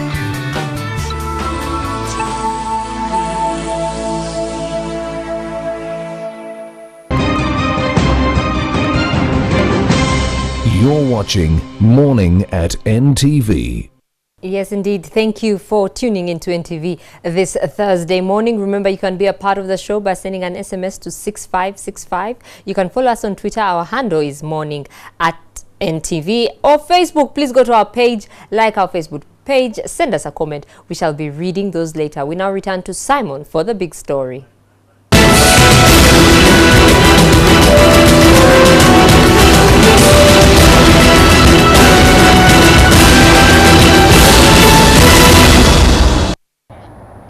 Well, matters of sexual discussion will always dominate a society like ours, where despite so many other problems that keep bedeviling this country, this society, when matters sexual come up, everybody goes in high gear and discuss them. Now for us at NTV, of course, these matters also make it to the top story this morning, the big story. What are we talking about with regard to sexual issues? Two interesting developments in the last couple of weeks. One, we've got a law on anti-pornography. What many of you seem to imagine is the anti-miniskirt law. I have a copy here right before me. And yes, very soon we'll have an anti-homosexuality law, because this bill, anti-homosexuality bill passed by Parliament, has found its way to the president's table, and the president is more convinced than ever before, not after a report by Ugandan doctors, that indeed homosexuality is a habit that can be learned and unlearned, and there is no, according to this report, gene that's responsible for homosexuality in humans. Now, President Museveni is convinced that that should therefore be a basis for which he has to sign this bill into law. To discuss this very interesting sexual development in our midst, we've got, I don't say sex experts, but clearly my good journalist friends, Florence Narimbo of NTV. You know her from covering health stories and stories that border on issues sexual, as well as Brian Senyo, with Joel Senyo, with whom we always do the press review every morning. Let's go on a 2D tab on what you take on one, the anti-pornographic law. The anti-pornography law, of course, like you are saying, we've christened it the anti-miniskirt. Clearly, because in everyone's mind, pornography comes to do with, you know, these big belts that some girls wear. They think they are skirts. I said yesterday, I don't know whether it's material for clothes that is a little bit expensive. But look, you know that your computer is becoming slimmer. You know your mobile phone is becoming slimmer. So the ladies' clothes should also become slimmer. Well, everything is becoming smaller. The last I checked, people used to wear spectacles that were half the size of their faces. Now all you need is a little contact on your eyeball, and there you go. So it's justified for all women to go shopping in the kids section. But look, I think when we talk about having a law in place for this, we are simply making a statement. I am not too sure the law is going to go a long way in actually remedying the situation as it is currently. But we are making a very firm statement, which is a good thing for us to do. But in as far as as we always do. Well, and we need to do that. We need to come out and say, look, I think this is overboard. Our children are being bombarded with all this material that is eating them away. We need to come in, But I keep saying, you see, even before government does come in, where are the parents? You know, you are the guardians of these young people. You are saying our children. We facilitate our children to rig elections in primary school. So you're actually conceding, you parents. We facilitate our children to rob UNEB examinations, and then we come to protect them against miniskirts and indecency. Isn't that a travesty in terms of how hypocritical a society like Uganda can get? And that's the point I'm making. Parents need to put their act together, you know, since to do all those things that you're talking about. Otherwise, it's going to be very hard for an external force, government, schools, to raise your children a certain way. You want to blame everybody else except yourself. You are neither in government, you are not a parent, so who you... I will be a parent one day, but for now I'm a parent figure to some young people, so... Florence, the anti-pornography law. Which is now here you are dressed, I would say, extremely decently, for at least I do not see any other part of your flesh except your fingers and face. Well, you're seeing my lips, Yeah, exactly. Are they? Yeah. According to that law. Then everything is sexual. From the start, we in the media have christened this the anti-miniskirt law. What about this law talks about miniskirts? I have looked through and I haven't seen anything like that. You know Why are what we being sensational? The problem is that when it came, it was mainly focused on the woman. Talking of short things. Whenever the good father, Lokodo, came out, he would talk about indecency. You know, forgetting that there is the other section of pornography, which is actually worse than me putting on a miniskirt, showing a little Which one is that? Actually, which one is worse than the one you talk about? Okay, let's the pornographic scenes, my dear. You can't compare looking at real pornography, people showing it on the internet, showing it all over, easy access, because these men like, well, I won't say men like you, but some men, when they go to the cinemas, you know, these local ones, they have times for watching blue movies. When those are the guys who come out and they're already sexually aroused. They're the people who just rape any woman they find. They don't have to say thigh, by the way. Which is worse, Florence? You're being chauvinist here. Women don't go for these movies. Some go, and don't come out on the prowl for men, young and old. Wait, if they come out horny, they're not going to get anyone. You know, they're not going to rape anyone. But for a man, he has the powers. He's already stimulated. So you mean all these men who rape girls have gone out to watch these movies? But wait a minute, Florence. Which is worse here? For a guy who goes voluntarily to look at you know, these half-naked women on the internet or whichever, or looking at it live and many times involuntarily on the streets of Kampala Road, where some of these guys are almost dressed. Which live, when they go in there, they're watching the real things, the sexual. What I mean on Kampala, Florence and Joel, for me to be able to see this debate fruition is about looking at the bill itself, not what we think of the bill. Now, this bill is providing for a pornography control committee, and this pornography control committee shall consist of a chairperson, shall have to have a committee will consist of the following people: a chairperson, will have a distinguished practicing advocate nominated by the Uganda Law Society. It will have 5 representatives. One shall be a representative of media houses, and one shall be a representative of all the publishing houses. One shall represent arts and entertainment industry, and one shall represent education and professionals, and one shall represent health professionals. Guys, we just got ourselves some good jobs, especially representing media houses, because they say that this person must be of sound mind. I am. Must have high moral character. We assume so. Integrity. I am. And must have qualifications of no less than 10 years experience in this business. I have. So clearly, what do you think this pornographic control committee, forget about the well-sounding terms of reference in this law, how do you think they will be able to operate their mandate? I'm wondering how they are going to monitor people, because apparently they're the ones supposed to go somewhere.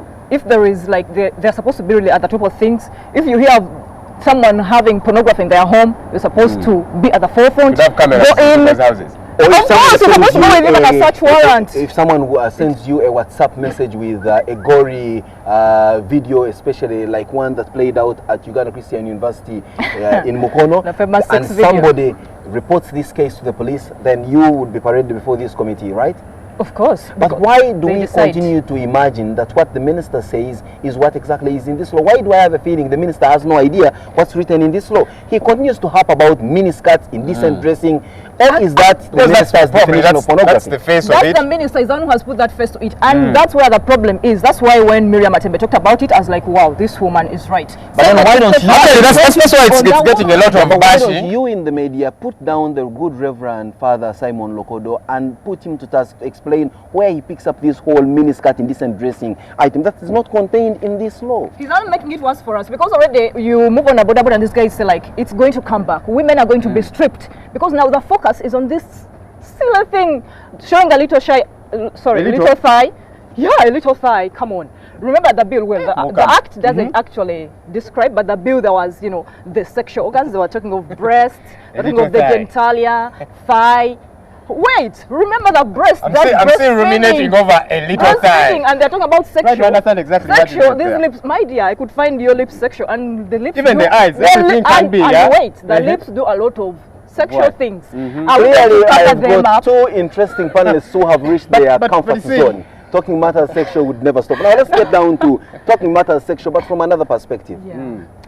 The anti-homosexuality bill is before the president, and anytime he will put pen to paper, if he hasn't anyway, because he knows how to sign a bill today and we only get to know about it 2 weeks later.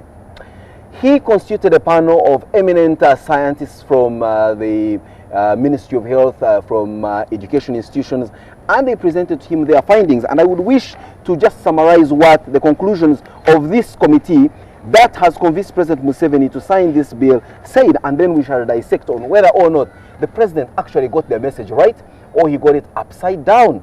This eminent committee of scientists headed by Dr. Acheng, who is the Director General of Health Services and Ministry of Health, who we attempted to invite this morning to come and share with us how exactly they came up with these findings.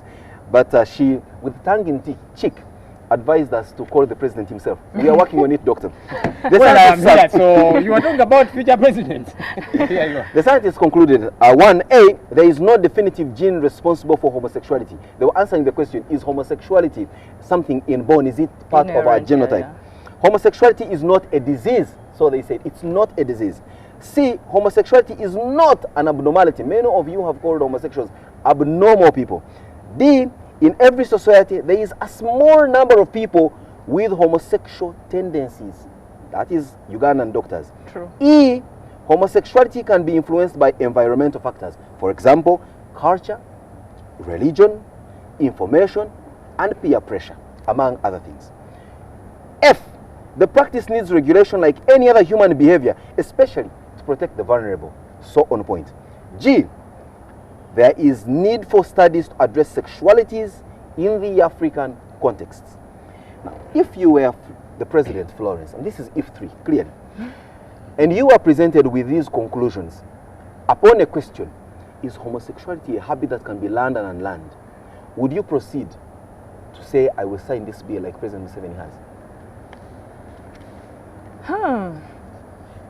Let me see. You want to first about it? The good thing is you think and then speak. Now Joel normally talks and then thinks. Now Joel, tell us. As I think. You remind me of somebody whom they said he shoots first and aims later. We talked about him the other day.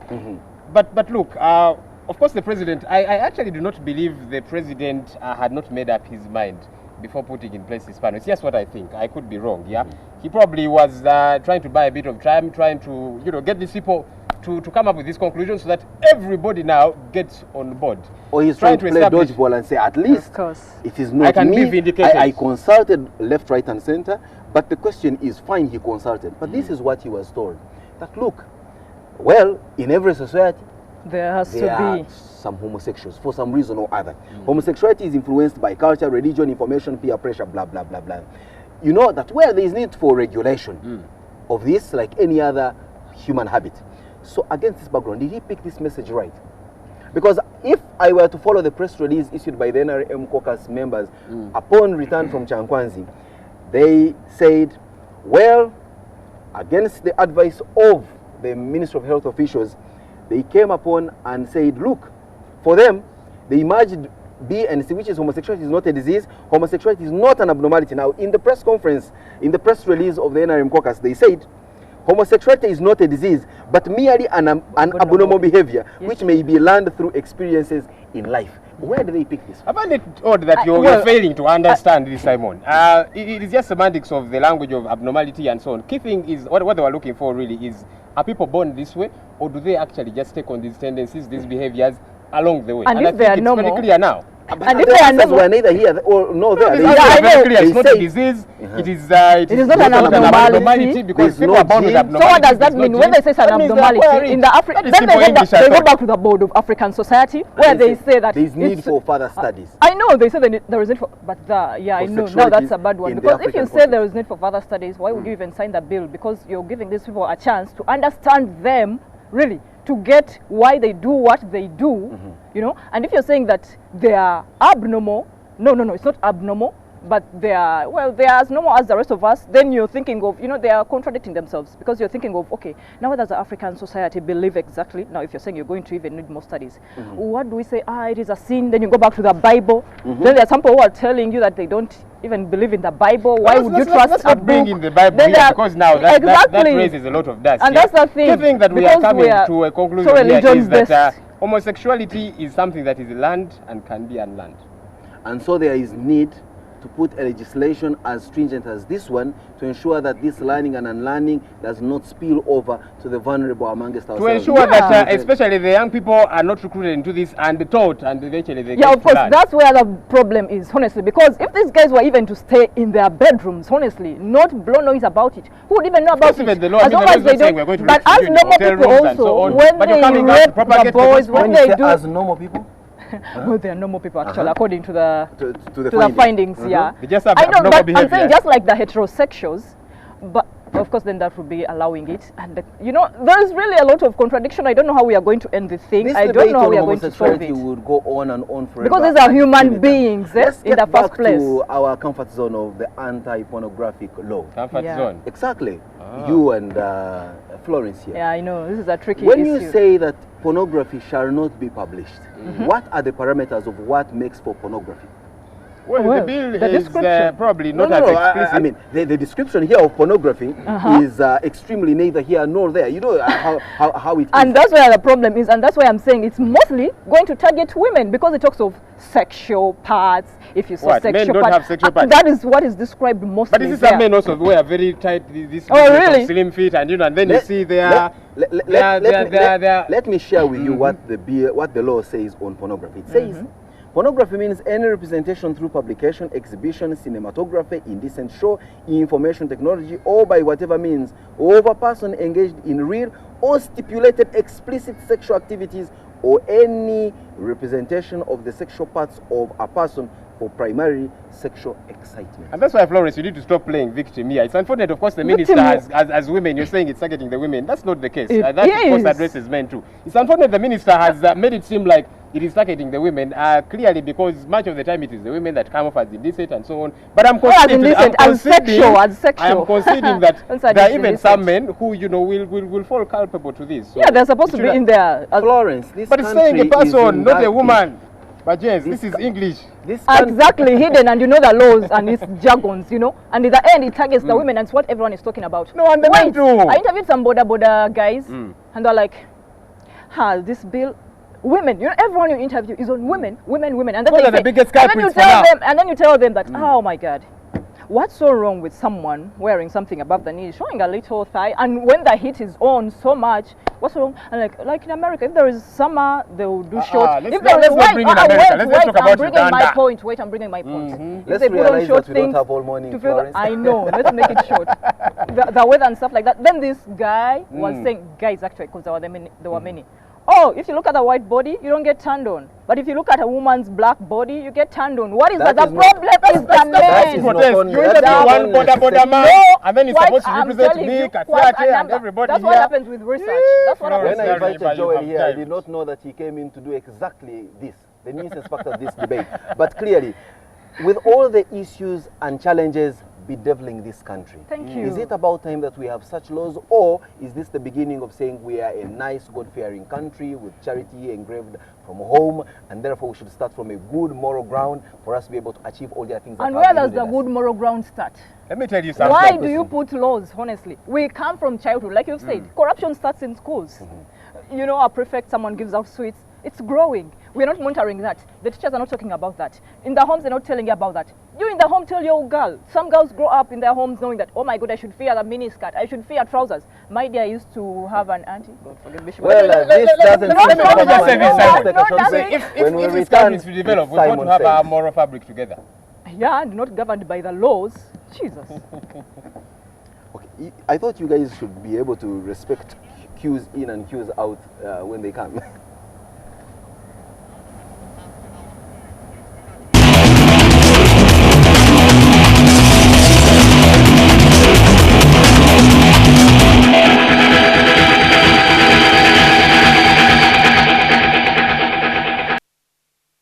Well, there we have it, the big story this morning, looking at one, the anti-pornographic law, and yes, the anti-homosexuality bill yet to be signed into law. Now, over the times, people have always posited that a nation gets the leaders they deserve, and the leaders put in place the laws that govern that society in the best way they deserve. Never mind all the other issues bedeviling this country. But I think our biggest folly as a country, and where all the bad problems emanate, be it corruption, be it theft, be it brigandage, be it murder, all this seems to revolve from regions below our belt, or at least that's what it seems from the kind of laws that we are enacting. Thing is, as we are out blaming the politicians of having their priorities upside down, do we have our morals, do we have our ways of action upside up? For as long as we remain the way that we are, we do not expect any good from our politicians or our leaders if we are a bad society. For those politicians and all leaders come from the same society, and who knows, tomorrow you or I could be the next leader. And we cannot have been devils and bang, at the stroke of being made a leader, we become saints. We shall always remain the devils that we are, unless we change, and change must start now. Have a wonderful morning. Morning at NTV continues with yet more quality programming, for example, Daily Life.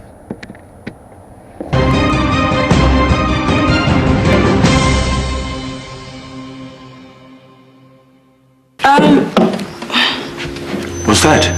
That document. Oh, that. Just some business. I came to apologize.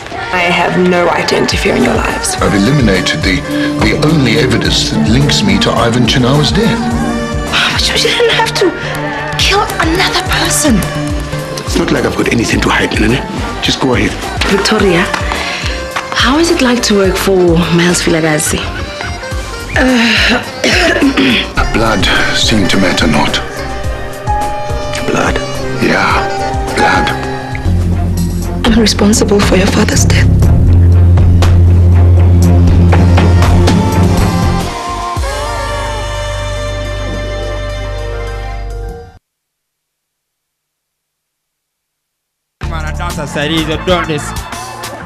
Aro, give me 5 stress, 3 gonorrhea. Kale muli wano, you think you've brought car passers? Omwana yena sobola gamba super deep. Si myaka jaffe. I'm like, I like my swag too. So what about it? Then she was like, I also like your accent. That village accent. Now. Kati mwagala mchimbi wana kuza kele chili chianuga chili okay wale tinsanyu fu weneka political tayakana nomuzanga nakajawa. Kati nekambuza mukabete why are you crying? Nekagamba abasajja engeri gye bafulumiza mu lukwago. I think I'm Big Mitch. Larry Hoover. Put that in Kiprotich's accent. I think I'm Big Mitch. Larry Hoover.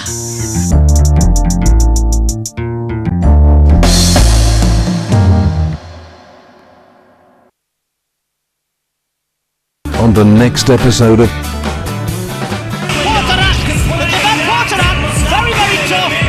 I mean, for heavyweight as well. Rico squeezed his fist on his punches to be a lot more powerful. His punch kicks and punches, and he's just realised. Really nice. I'll tell you what, doesn't he look sharp, Verhoeven? Everybody tonight has looked really good here on It's Showtime. Nice high kick from him. Kicks and punches, and he's just realised. Really nice. I'll tell you what, doesn't he look sharp, Verhoeven? Everybody tonight has looked really.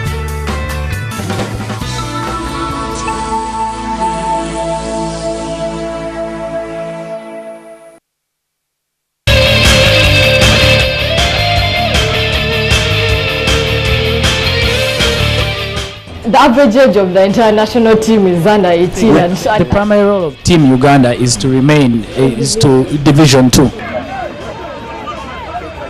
Probably that's the only thing that can make 1 or 2 rugby fans smile, that the Cubs are doing well.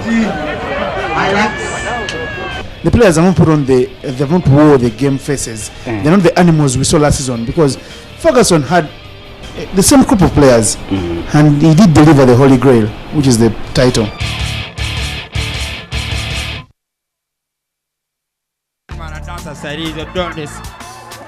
Aro, give me 5 stress, 3 gonorrhea. Kale muli wano, you think you've brought car passers? Omwana yena sobola gamba super deep. Si myaka jaffe. I'm like, I like my swag too. So what about it? Then she was like, I also like your accent. That village accent. Now. Kati mwagala mchimbi wana kuza kele chili chianuga chili okay wale tinsanyu fu weneka political tayakana nomuzanga nakajawa. Kati nekambuza mukabete why are you crying? Nekagamba abasajja engeri gye bafulumiza mu lukwago. I think I'm Big Mitch. Larry Hoover. Put that in Kiprotich's accent. I think I'm Big Mitch. Larry Hoover.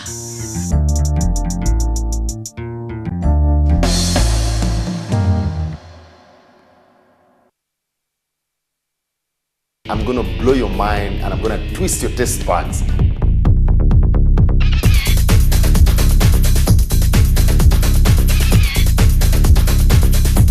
The flavors are already coming together. I can feel them. Very lovely, very appetizing, very healthy.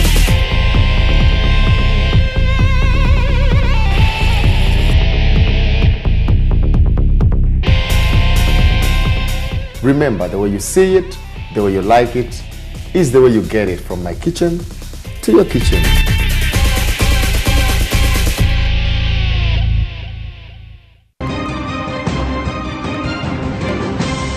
You're watching Morning at NTV.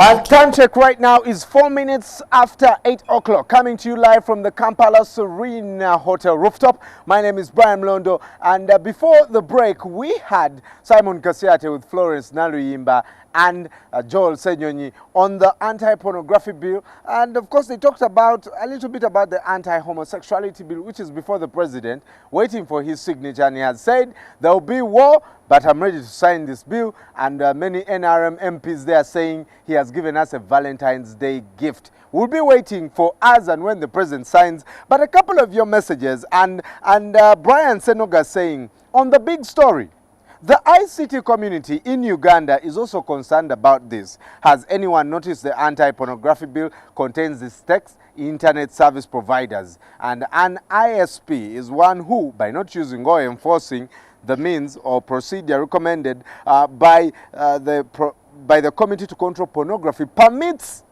to be uploaded or downloaded. And for me personally, those are some of the things I'm waiting to see how government will monitor them. But moving on to your messages, Elisha Ekisa saying, the show that thrills my morning. Morning everyone, I know they signed the bill, but what about the corruption bill?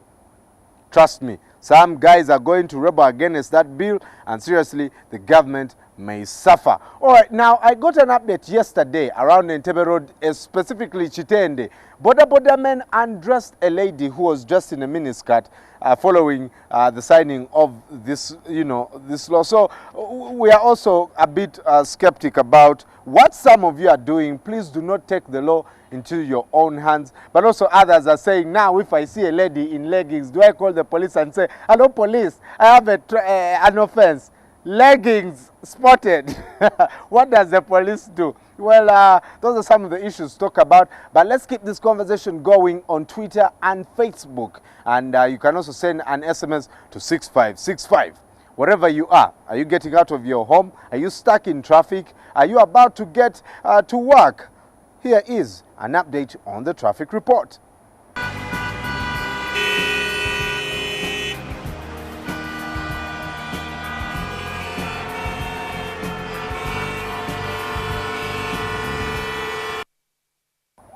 Time check right now, 7 after 8 o'clock, and right now I want to just quickly, before I go to other places, Chintu Road and around the Serena, you can see a border man with a lady. Funny how many things can go on a border in Uganda, but the traffic is really steady, and if you are coming, whether you're going to the MTN Towers or Crested Towers or Parliament, or heading down to Garden City, Ginger Road, this place is clear. You can use it, and the traffic is really steady.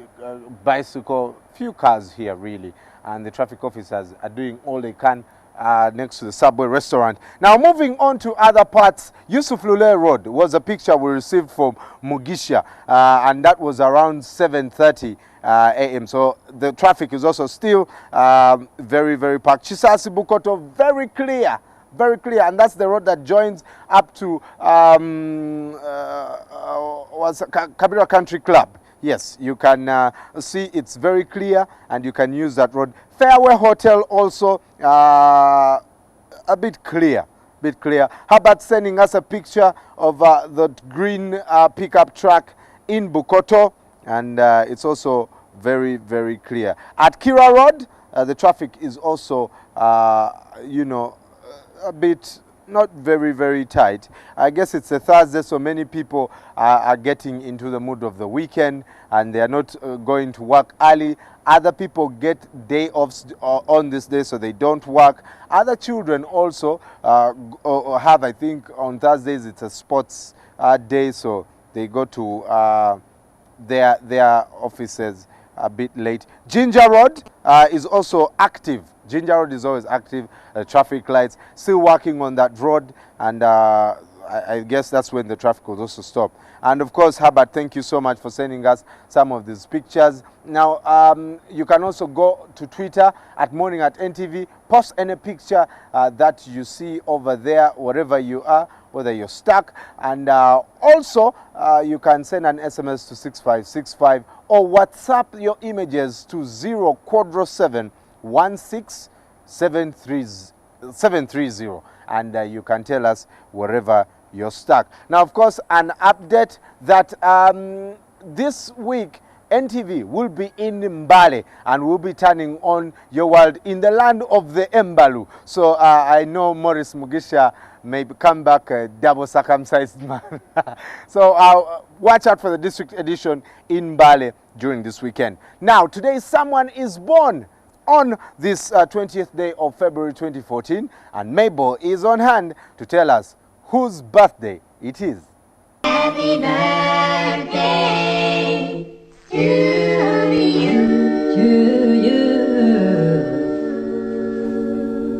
Thank you very much, Brian. And indeed, today we do celebrate birthdays, and we would like to say happy birthday to Ronald Gutritzi. He went to SMAC and in Tinderview College. We would also like to celebrate with Avon Akampa and Beza Nazra, who turns 24. Avon turns 25. And I'm also told the CEO of Stanchat, I don't know how old he's turning today, but Herbert Zake is celebrating a birthday, and we wish you all wonderful, wonderful happy birthdays. Now, moving on to Facebook. If you have not yet liked our Facebook page, I really do not know what you are waiting for. We have 6,057 likes. Thank you so much for liking our Facebook page. And there's a bit more on the phone that you can win. Remember, we have an HTC smartphone, and if you want to win that phone, the instructions are here. But moving on to some of your messages, someone says, David says, good morning, NTV. And we also have people answering the question for those who would like to win the morning at NTV Mag and enjoy chai. Someone says here, great show, guys, but to me, I think there's something missing. I urge you guys to include at least some of the top 5 music videos daily. This is really going to make my morning awesome. Thank you, guys. Really a great show. And I've seen the gentleman of Corner who will actually be in Mbale. I think we have a lot of music in, but anyway, maybe once in a while we will include a music video for you. Maureen says, thanks for the show, but the questions are hard. Really? Those questions are so simple. Sunday says here, good morning, the big 3 at NTV. You look very this morning. I wonder what the word is here. Ben Emma says, yesterday may not have been the best, but let's try today. It may be a bit better. One on all of you, and all we need is a little hope that one day life will be better than it is currently. Good morning, Uganda. May you have a great day. Moving on to some more of your messages. Andrew says, our national IDs will be a little heavier. We have injected a lot of money. LOLs, he adds. I think he's referring to the press review. And then here someone says, what the government forgot is to ban the importation of miniskirts. If not that, no work done, and the preso should style up baleke obwala wambale. That's very interesting. Andrew says, utopian terms of reference, the anti-porn law will rot in the shelves. He says, example, Brian, Simon and Florence, kindly cross-check with all the files on your PDAs. Are you safe? He asks. And then Elisha says, oh, the show that thrills my morning. I think actually Brian read that message. So we shall now return to the Kampala Serena Hotel rooftop to Brian with Everyday Life. Doesn't really matter unless it does something that really matters to you. And we are HTC.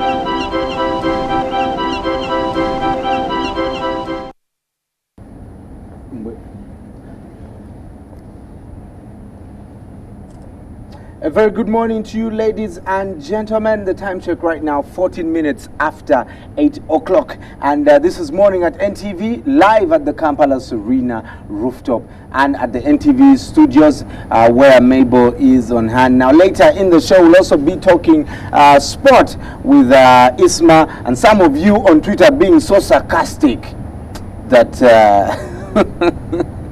that I won't do today's show because Arsenal lost to 0-0. We are going to beat Bayern Munich at their stadium. You know, that's how it works. But this morning, I have a great surprise for you. HTC, of course, comes once again, Everyday Life powered by HTC, and you can get an opportunity to win this beautiful phone. And all you have to do is answer all these 4 questions accurately. Now, we've had answers coming in, but most of them are not really correct, so we are still looking for the right answer. And I want to just let you know this question. The first questions: when did NTV Morning at NTV premiere? The second question is, name the 3 hosts of Morning at NTV.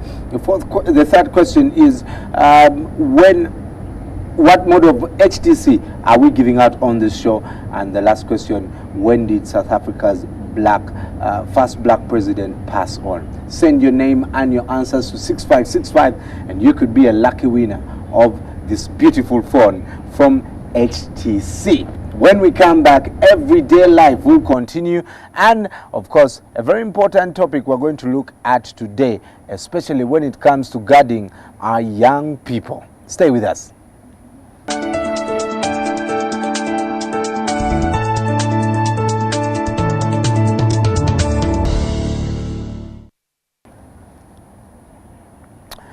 Thank you so much for staying with us. Remember, all these avenues are open: Twitter, Facebook, and the SMS. But this morning, we're going to look at something that has, brought a lot of concern, especially among people that are dealing with young, the teens, but also parents who have failed to take responsibility. Now, remember, Everyday Life on Thursday, we'll be focusing on family and relationships. And to help me discuss this matter, parenting teenagers is what we're looking at today, is Moses Mpanga.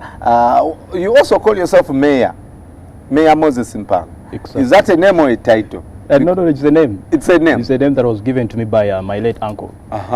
Was he a mayor? No, he wasn't a mayor, and that is why the spellings differ. This one is M-E, and the political one is M-A, and I'm not political. So this is M-E-Y-A? M-E-Y-A-R. Oh, yes.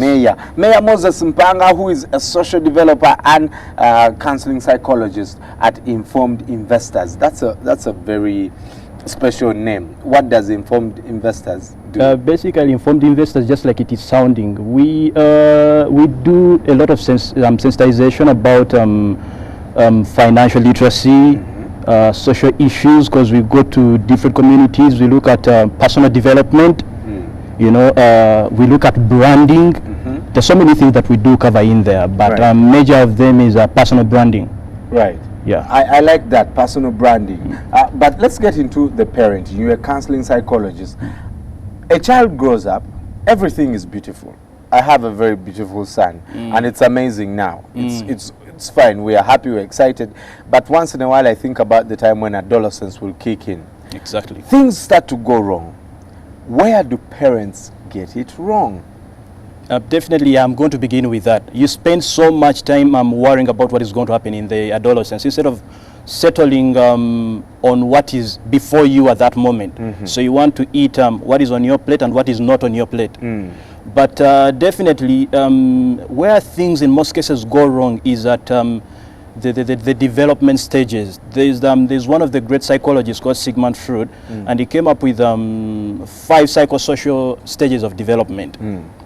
Now, in those stages of development, basically, it is a way of building personalities, and when personality goes wrong, then everything thereafter goes wrong. I will take you through the stages of development, psychosexual stages of development, and there are 5, of course.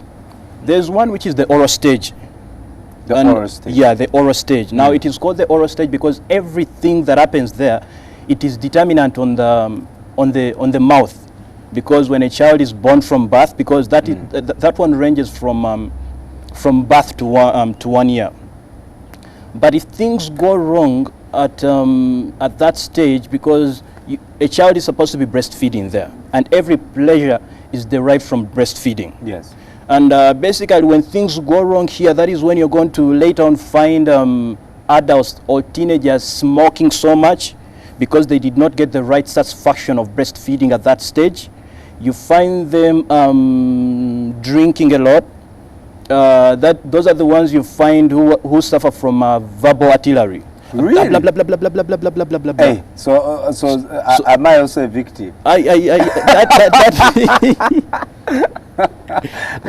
That depends on the level of verbal artillery, and I will not. I refuse to comment on that deliberately. All right, please. The other stage is the anal stage. Basically, what happens at the anal stage is that pleasure is derived from the use of the anal period. You know, the anal part. So basically, if things go wrong at that stage, I'm just giving you a hint through, because I know our time is limited. But if things go wrong at the anal stage, those are the circumstances you find children becoming messy, because the toilet training was poor. Oh. Yeah, so you find them getting messy. You find them being dependent as well. Now, after the anal stage, the third one is the phallic stage. The phallic stage. Now, the phallic stage is quite a tricky one, because this is when you find girls having an attraction to their dads, and boys having an attraction to their mothers, and the attraction of boys to the mothers is called the Oedipus complex, and the attraction of girls to fathers is the one called Electra complex. But the problem here is, now when this has not been fixed the way it should be fixed, that's when you find that teenagers, when they later on grow, girls looking for sugar daddies to get the dad that wasn't there during their development, you know, girls getting sugar mummies to get the satisfaction that wasn't there during this development. And that is the relevance of these whole stages. Right. It's very hard raising a young person. Yeah. The demands are different. Are there things that parents do that force teenagers to just go out of order? Yeah, definitely. One of the major reason here is that parents fail to understand that it is okay for teenagers to break away. It is okay to look for their independence, because at this stage they are neither here nor there. Because at that stage they stand in the middle. Teenagers stand in the middle. You know, because that's why you find some people referring to them as young adults. So they are using those two words. So basically, it is very important for parents to let them search their identity. You know, let them get their identity. One of the parenting styles that actually where so many of the African parents lie is the authoritarian style. That's what we are used to. We're caned. Yes. We're told don't do this, and somehow we always knew if Papa finds this out, I'm dead. Exactly. If my mother finds this out, I'm dead. Exactly. But that also helped us be in line. Why aren't teenagers now doing that? No. Actually, it could have helped during that time, but things have changed over years. Now, I'll give you a simple illustration that I got. Someone sent me a picture on WhatsApp, and it was a young boy doing like this, guarding the father from beating him up. Yes. And basically that illustration, and the parent concluded, he's beating me up. He wants to beat me up.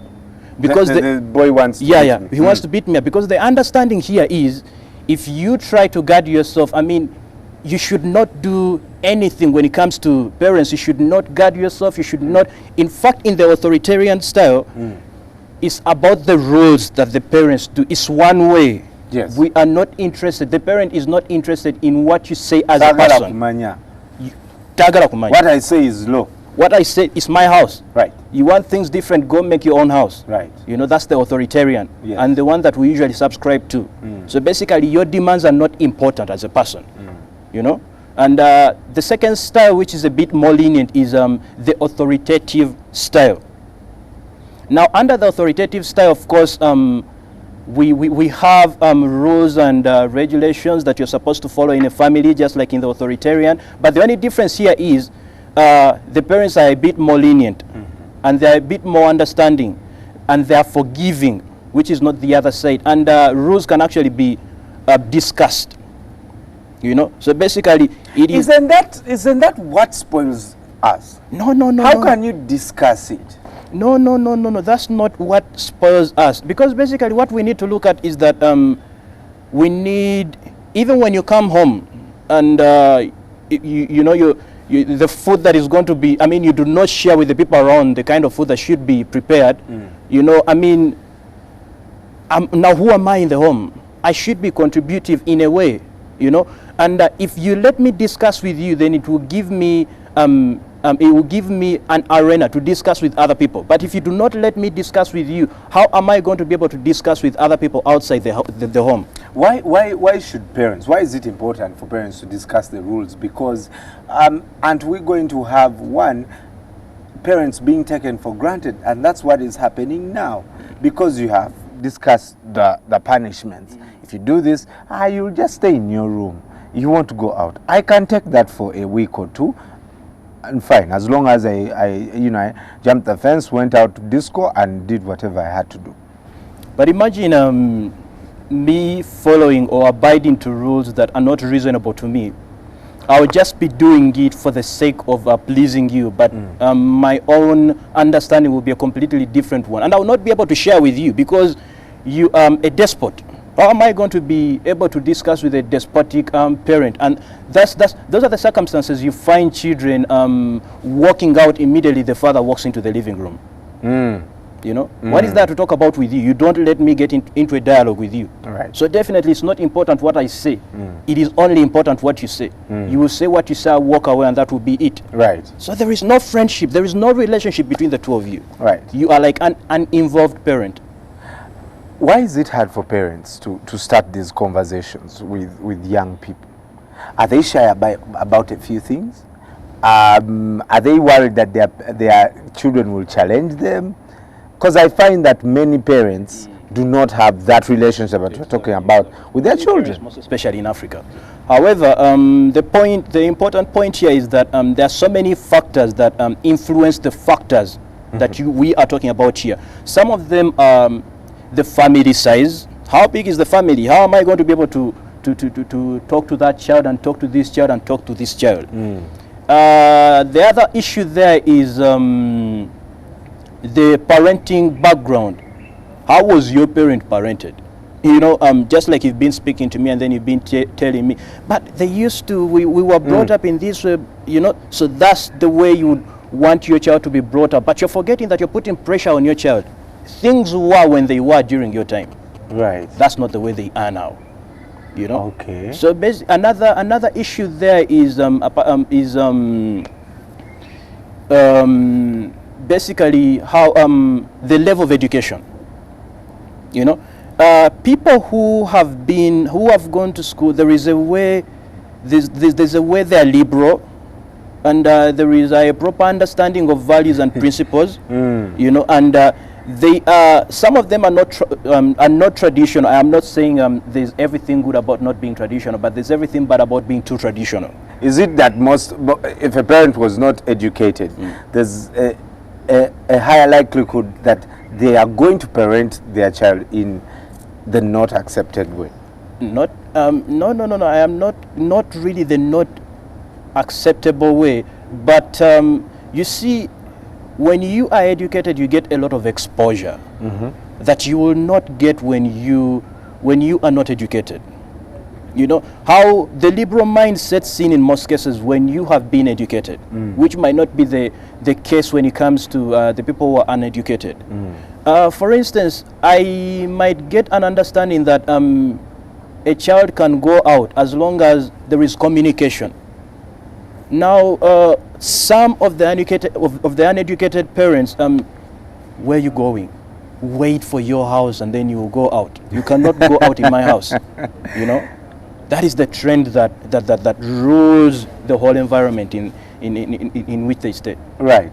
Let me just take a look at some of your messages on Facebook. And if you're just joining us, I'm with Mayor Moses Mpanga, who is a social developer but also a counseling psychologist. And we're looking at how we can successfully parent teens, especially in this day of age of the technology of WhatsApp, Facebook, the media is all over the place. The anti-pornography law helping a bit in that, but we're also looking at how you parents can raise your children without, you know, necessarily bringing all these laws into effect. Simon Chigongo on our Facebook page says it's our responsibility to control and regulate our children by employing them in too many other domestic works. Reaction to that? I do not agree any less with what he's saying, because what he is majorly mentioning here is involvement. You know, involve them, and that is what I was saying. Let them do the domestic chores, but explain to them how useful that is to them. You know, it's not about do this. You know, I mean, how relevant is this to my my adulthood?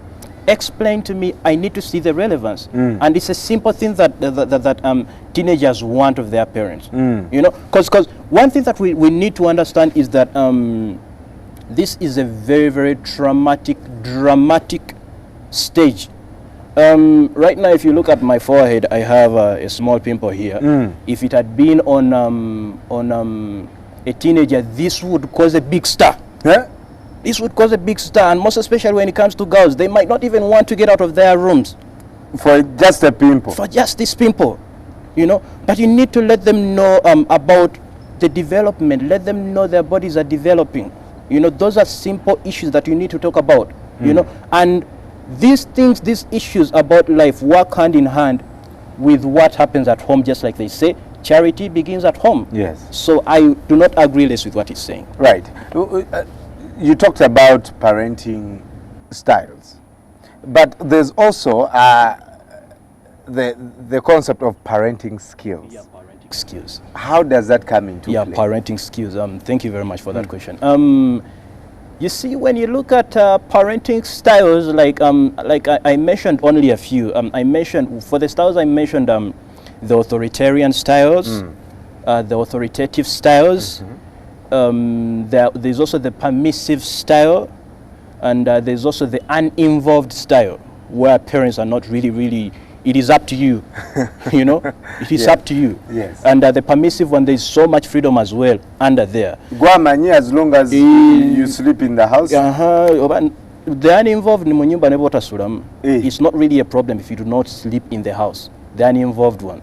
Right. You know, but when it comes to skills, and skills are very important for one reason. It is from skills that you get the result of either good or a bad teenager, either a disobedient one or one who is resistant. You know, and a few of the skills that I can mention here is that keep your door open. You know, keep your door open. I mean, be open. So your teenager can always come in whenever he feels like. You know, show the love to discuss with me. You know, so many parents, you've had so many parents saying, my child cannot discuss with me, my child runs away when I come in, you know, I do not know how to speak with my child. It's because you think you have kept your door open, but it's always closed to them. You know, another skill is discuss disciplines. What's you know, that? the disciplinary measures in advance. You know, for instance, let me know that when I do this, I'll get curfew. I need to understand that. You do not give me the disciplinary bit of it only after I've wronged. I need to know what awaits me when I do something. Isn't that okay? I personally think that's wrong. Jagara, when you do something wrong, I also surprise you with a punishment. But that, I feel like that kind of, you know, I can take it for granted if I'm a young person. I know if I go out to the club, if I jump the fence, they're just going to tell me you can't go out. I can get this compensation that will last me 2 weeks. Exactly. Children will adhere more when they actually find out that the penalty that is there for them is a reasonable one. You know? Okay. Yeah, when the penalty is a reasonable one, than one which shows hatred You know, because now when you give me a penalty that is not reasonable, I am going to look at you as an enemy, Mutuju. You know, so basically, if I start looking at you as an enemy, you've seen children being beaten, and all they do is lie there, put the bum there, and then you beat it, and then walks away. You know, and then just does this. Yeah, and does this, and then moves with a swag.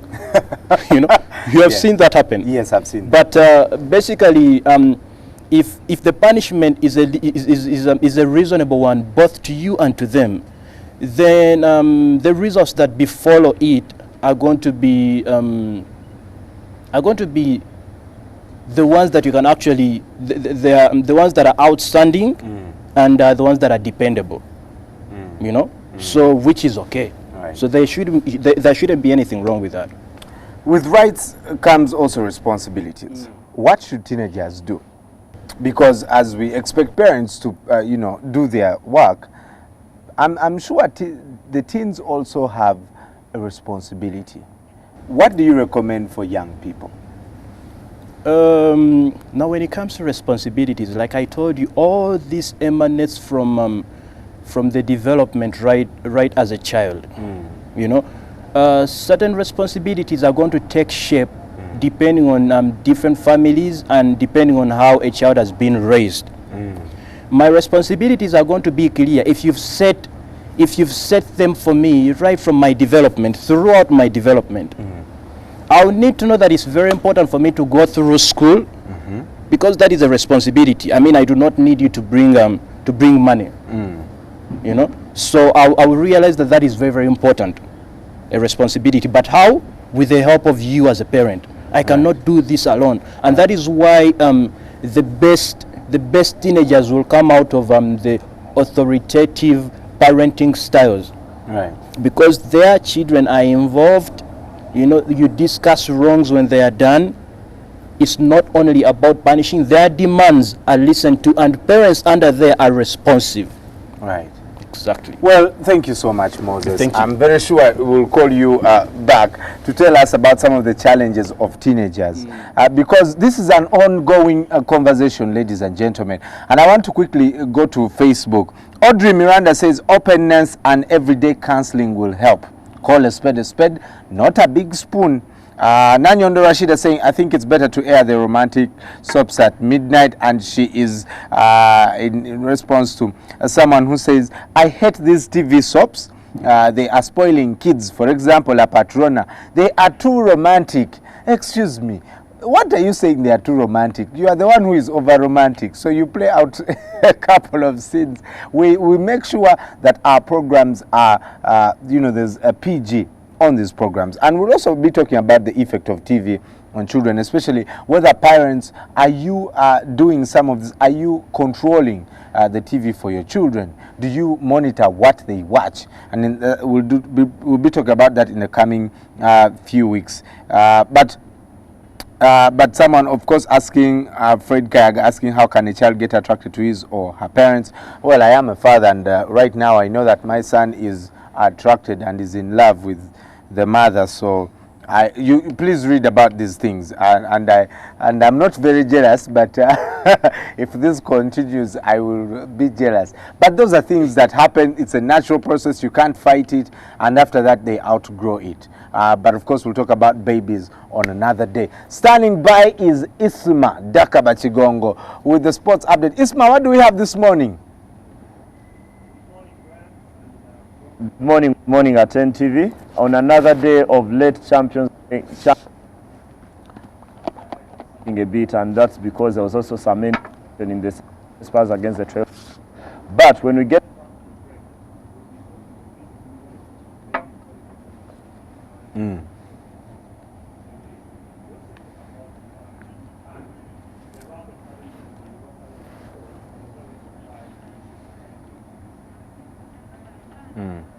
Well, thank you so much, Isma. I'll be joining him and Mabel in the sports update. Of course, I want to apologize having a glitch in that sound. But when we come back, it will all be systems on go. Now, before I leave, of course, HTC here Desire 300 is the phone we're promoting. And stay close to your phone. The winners will be called at 12 sharp. And they'll be joining us tomorrow on set to get their beautiful HTC Desire 300 phones. Stay with us. The time check right now is only 21 minutes onto 9 a.m. Good morning.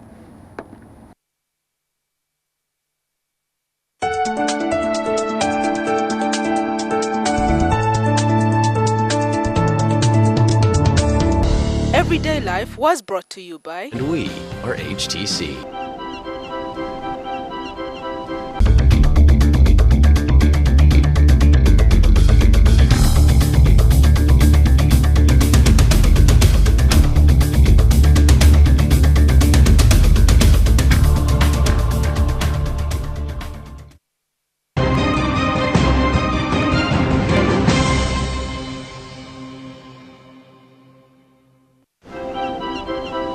Every idea we have begins with you. The way you connect. Good morning. How you browse. How you share. And how you interact with the world around you. Your relationship with your God is the most important thing. Have a company of people who have got a similar mind. How do you want people to think, feel, and act after your talk? In other words, what's your objective? You inspire everything. Because in the end, innovation doesn't really matter unless it does something that really matters to you. And we are HTC.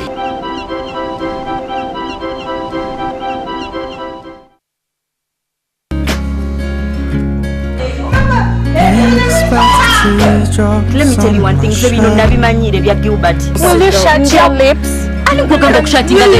There is something you need to know about Chris. And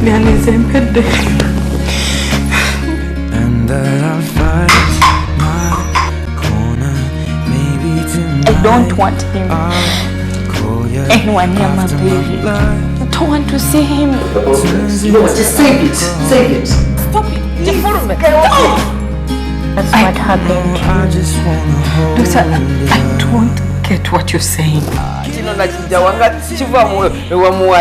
This woman is trouble. She's going to ruin my everything. I can't even trust myself around her. remember who the boss is here.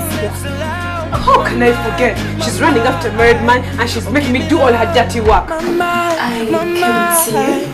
Oh, give me love, mama, give me love like never before.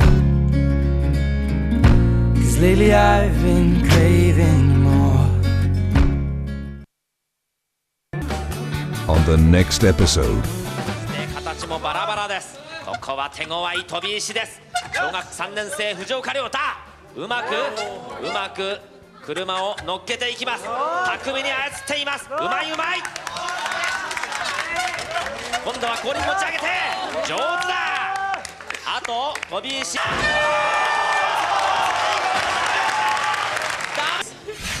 Super Rider 2 remains undefeated. Many tried, but not a single competitor could stay atop their bike all the way to the finish. One thing is clear. On this course, the slightest mistake means... 大きく息を吐きました。2本目。On the next episode.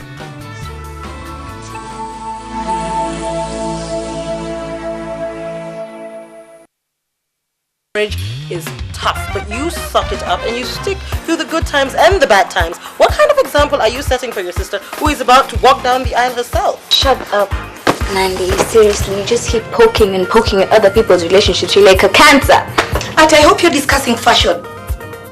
Because you have everything under control, yes? And the only crisis we're going to have is you clashing with the red carpet. We've met mistakes. And that's what marriage is all about. Mistakes and forgiveness. For better or for worse. I'm sorry, but I've got to ask. Nothing happened between me and Usha. Well, Lulu is not here, and if she comes, I'll let her know you. You picked the wrong person to mess with, Lucy.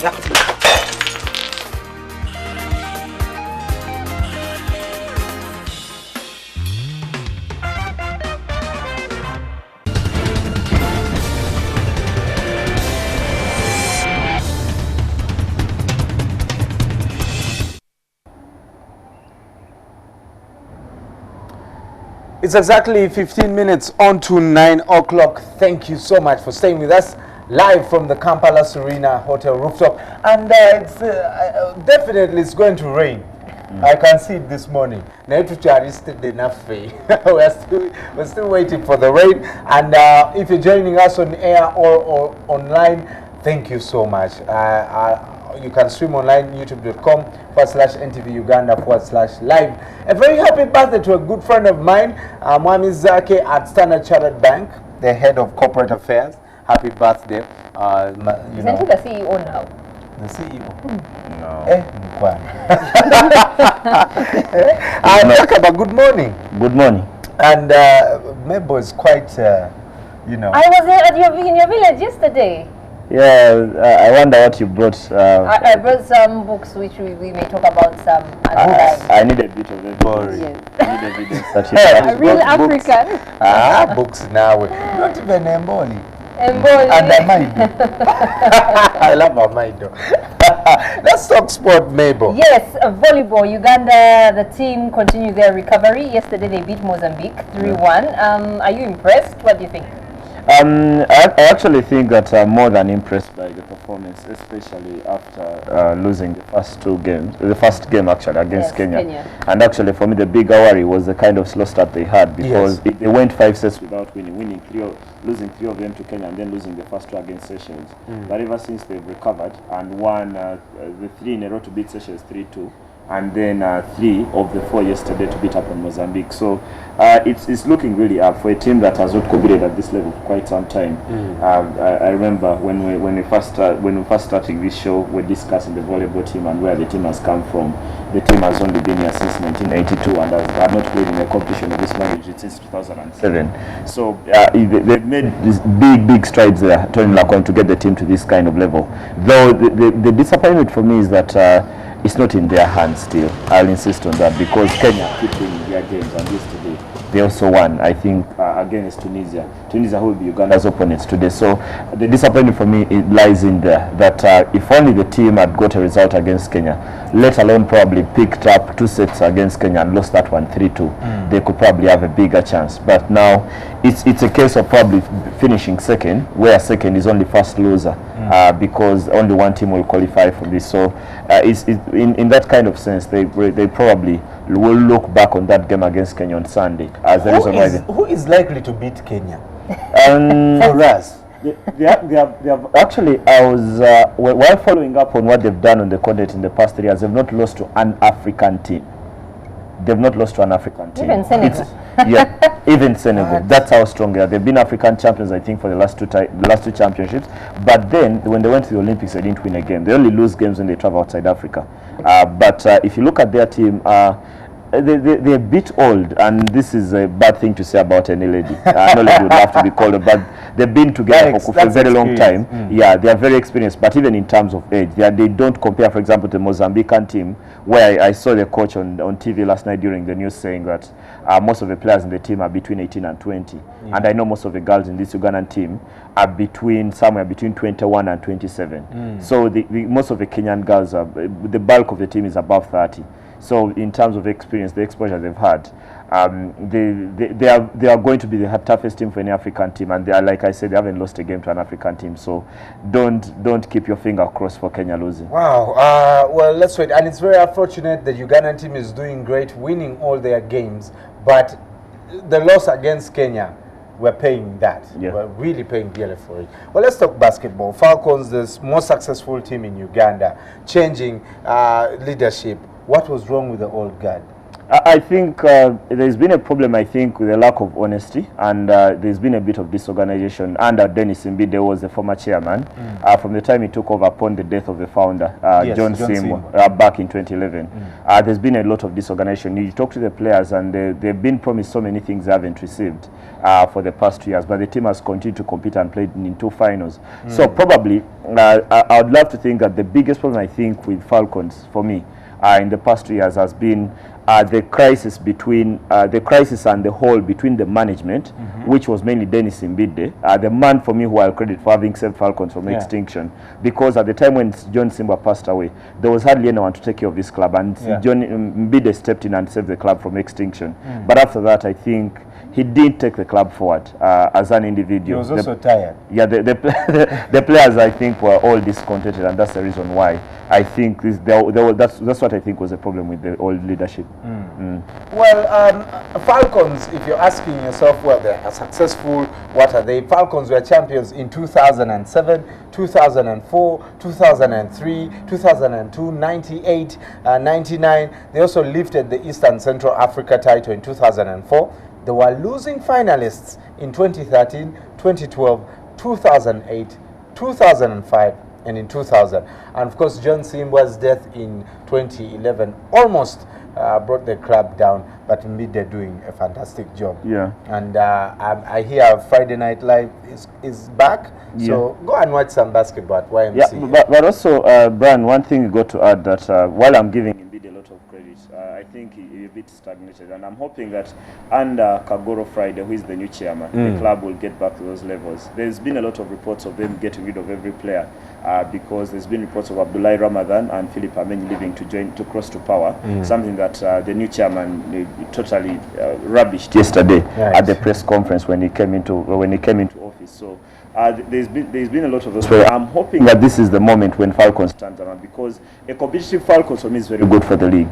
They've not won a league title in 7 years, but Falcons has never gone away, and there is competing right there at the top. So I'm thinking a competitive Falcons will be very hopeful for the league, especially at the time when Power and Warriors have been the strongest teams, and then there's a new sheriff in town, that is the City Oilers, who came into their first year and won the league last season. So I'm hoping that if everything is sorted out with the management, and I saw a bit of some of the players from last year, the captain Stephen Omon, Saji Kabango, Peter Elunga, the former captain, all at the press conference. Probably now there have been lots of forces pulling in different directions.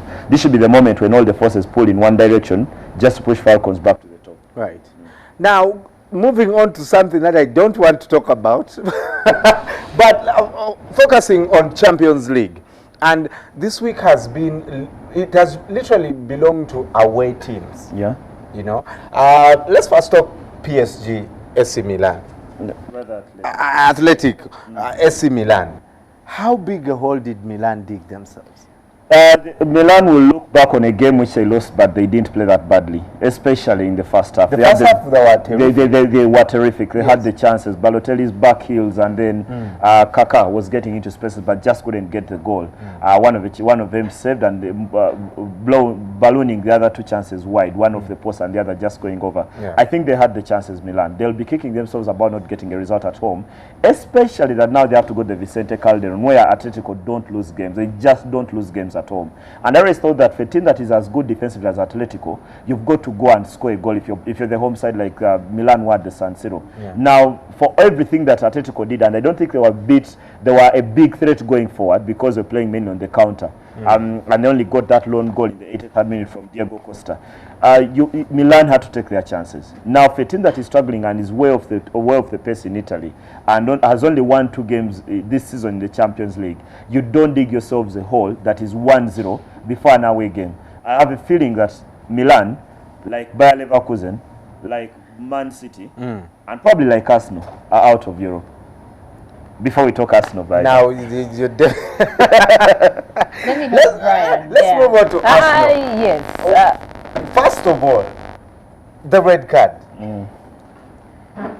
Was that fair? Was that fair? Yes. Of course, the penalty was understandable, and I have no question about that. But the red card, because I kind of feel like Arsenal started falling apart after that.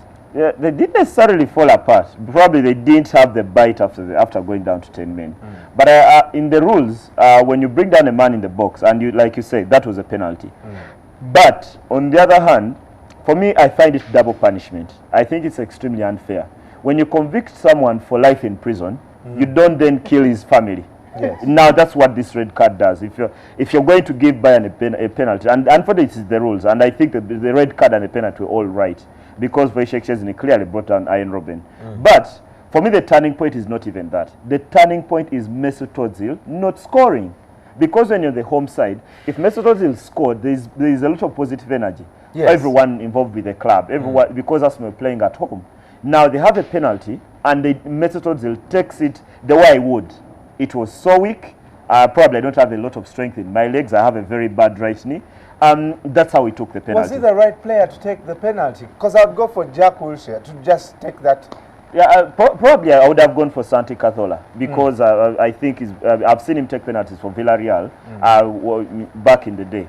But because Mesut Ozil is £43 million worth of talent, and he's the one who won the penalty when he was brought on by Jerome Boateng, there was every chance that he was going to take the penalty. But when you look back on the decision, probably he shouldn't have been the right person to take the penalty because he looked a bit of, he didn't have the game face for that one. Yeah. And I remember when the moment he picked up the ball and was going to take the penalty, the commentator saying, Ozil against his high school teammate, Manuel Neuer, who is the Bayern goalkeeper, a player they grew up together playing at Schalke, a childhood friend. And I kept on feeling, no, you don't score against a childhood friend.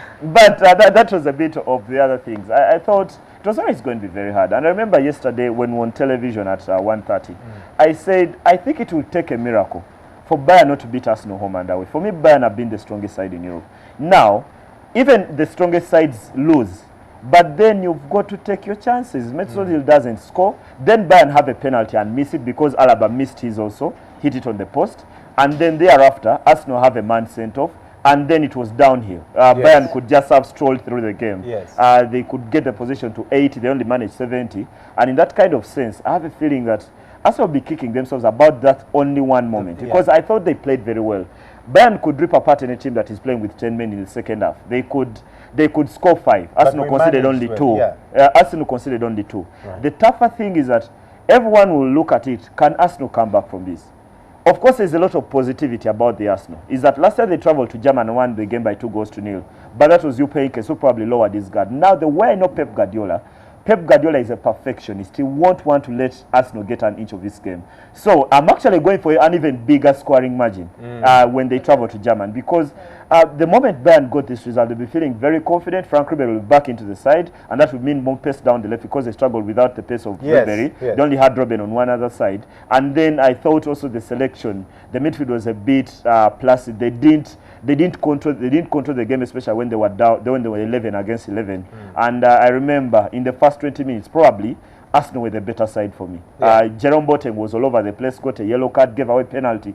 So many things could have gone wrong for Bayern. Right. But the thing about good teams, the thing about great teams, they get away from the bad moments, and then when they recover, they control the game like there was never a moment when they were under pressure. And that's what Bayern did last night. That's great. Well, let's wait for the return leg. And of course, next week, Real Madrid will be in action. Manchester United will also be updating you on some of those games. But quickly, an update on Europa League. Yes, we have Napoli, Swansea, Tottenham, Juventus. Whom are you rooting for? They still a long way to go because there are 32 teams playing. But I think you cannot look beyond the 2 Italian sides, Juventus. They've not done well in the Champions because they were knocked out in the group stages by Galatasaray. Now this is supposed to act as consolation. It will be very scanty. They want to perform in Europe. And I actually think that at the end of the season, Antonio Conte will be sacked for not doing well in the Champions League for the past 3 seasons when he's been Juventus coach. Now when they do play Trabzonspor, they should get past this. But when they go forward, I think outside of Juventus, which should be crown favorites by everyone now, there's going to be Napoli because Rafa Benitez does win the cup competition. Remember even last year with Chelsea won this. He's won the Europa League too, when it was still called the UEFA Cup with Valencia. He took Liverpool to the Champions League final and won it back in 2005. So Napoli will fancy themselves in this too. Then I've also got to look at probably Porto. They have a very tough fixture today because they host Frankfurt, the German side. But I have a feeling that in the moment Porto get into the quarterfinals or the latter stage of the competition, they will be as tough as nails as any of those teams. They are one of those teams, they won this Europa League several years ago in Jose Mourinho, back in 2003, before they went on to win the Champions League a year later. So I've got to think that it's got to be the 2 Italian sides, Juventus and Napoli. And then Porto, I want to look at, I'm no looking English at... side? No Tottenham?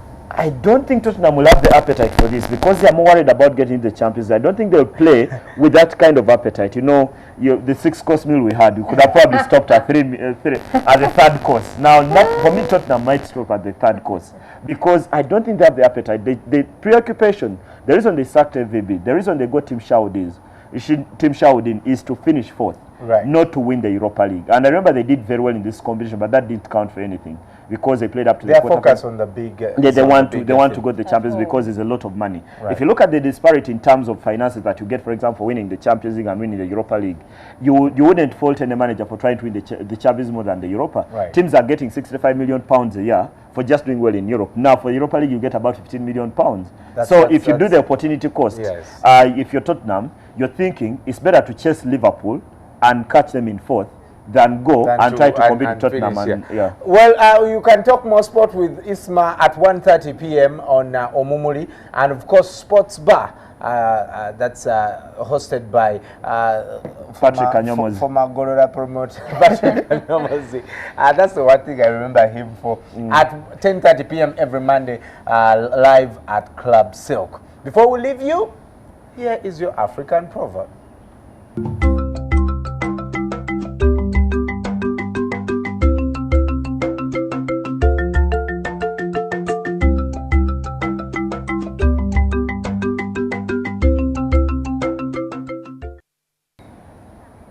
It's exactly a minute to 9 o'clock. African proverb. Our African proverb: brothers love each other when they are equally rich.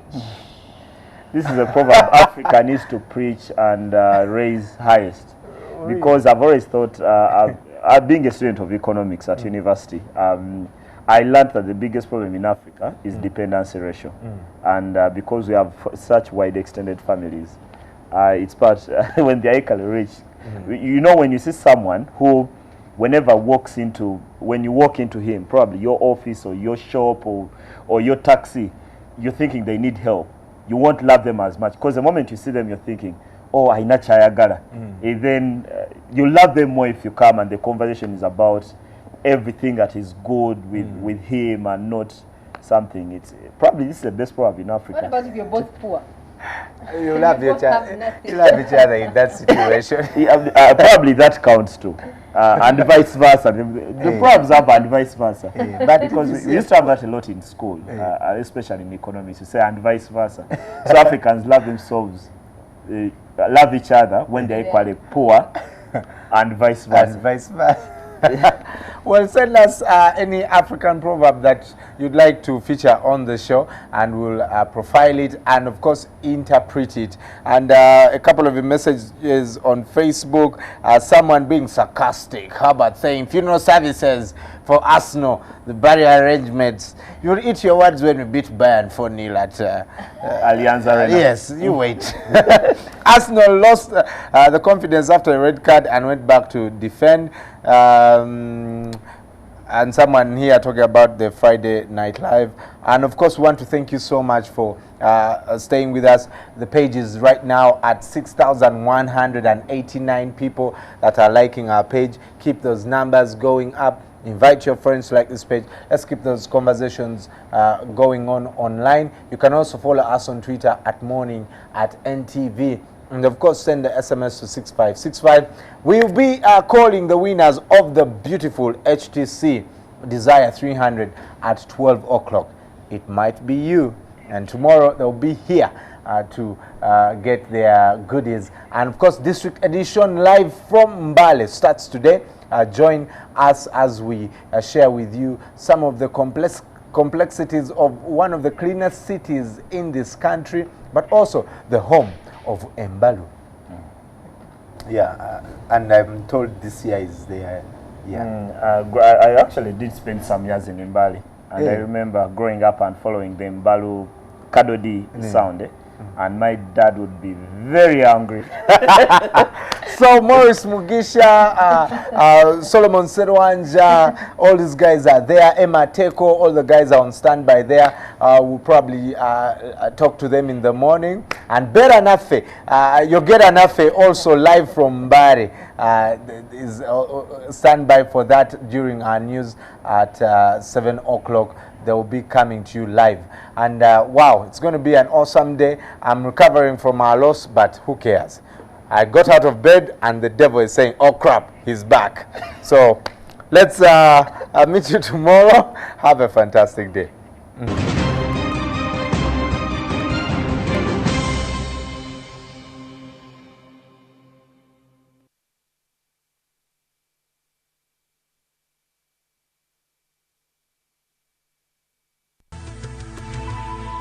NTV, turning on your world.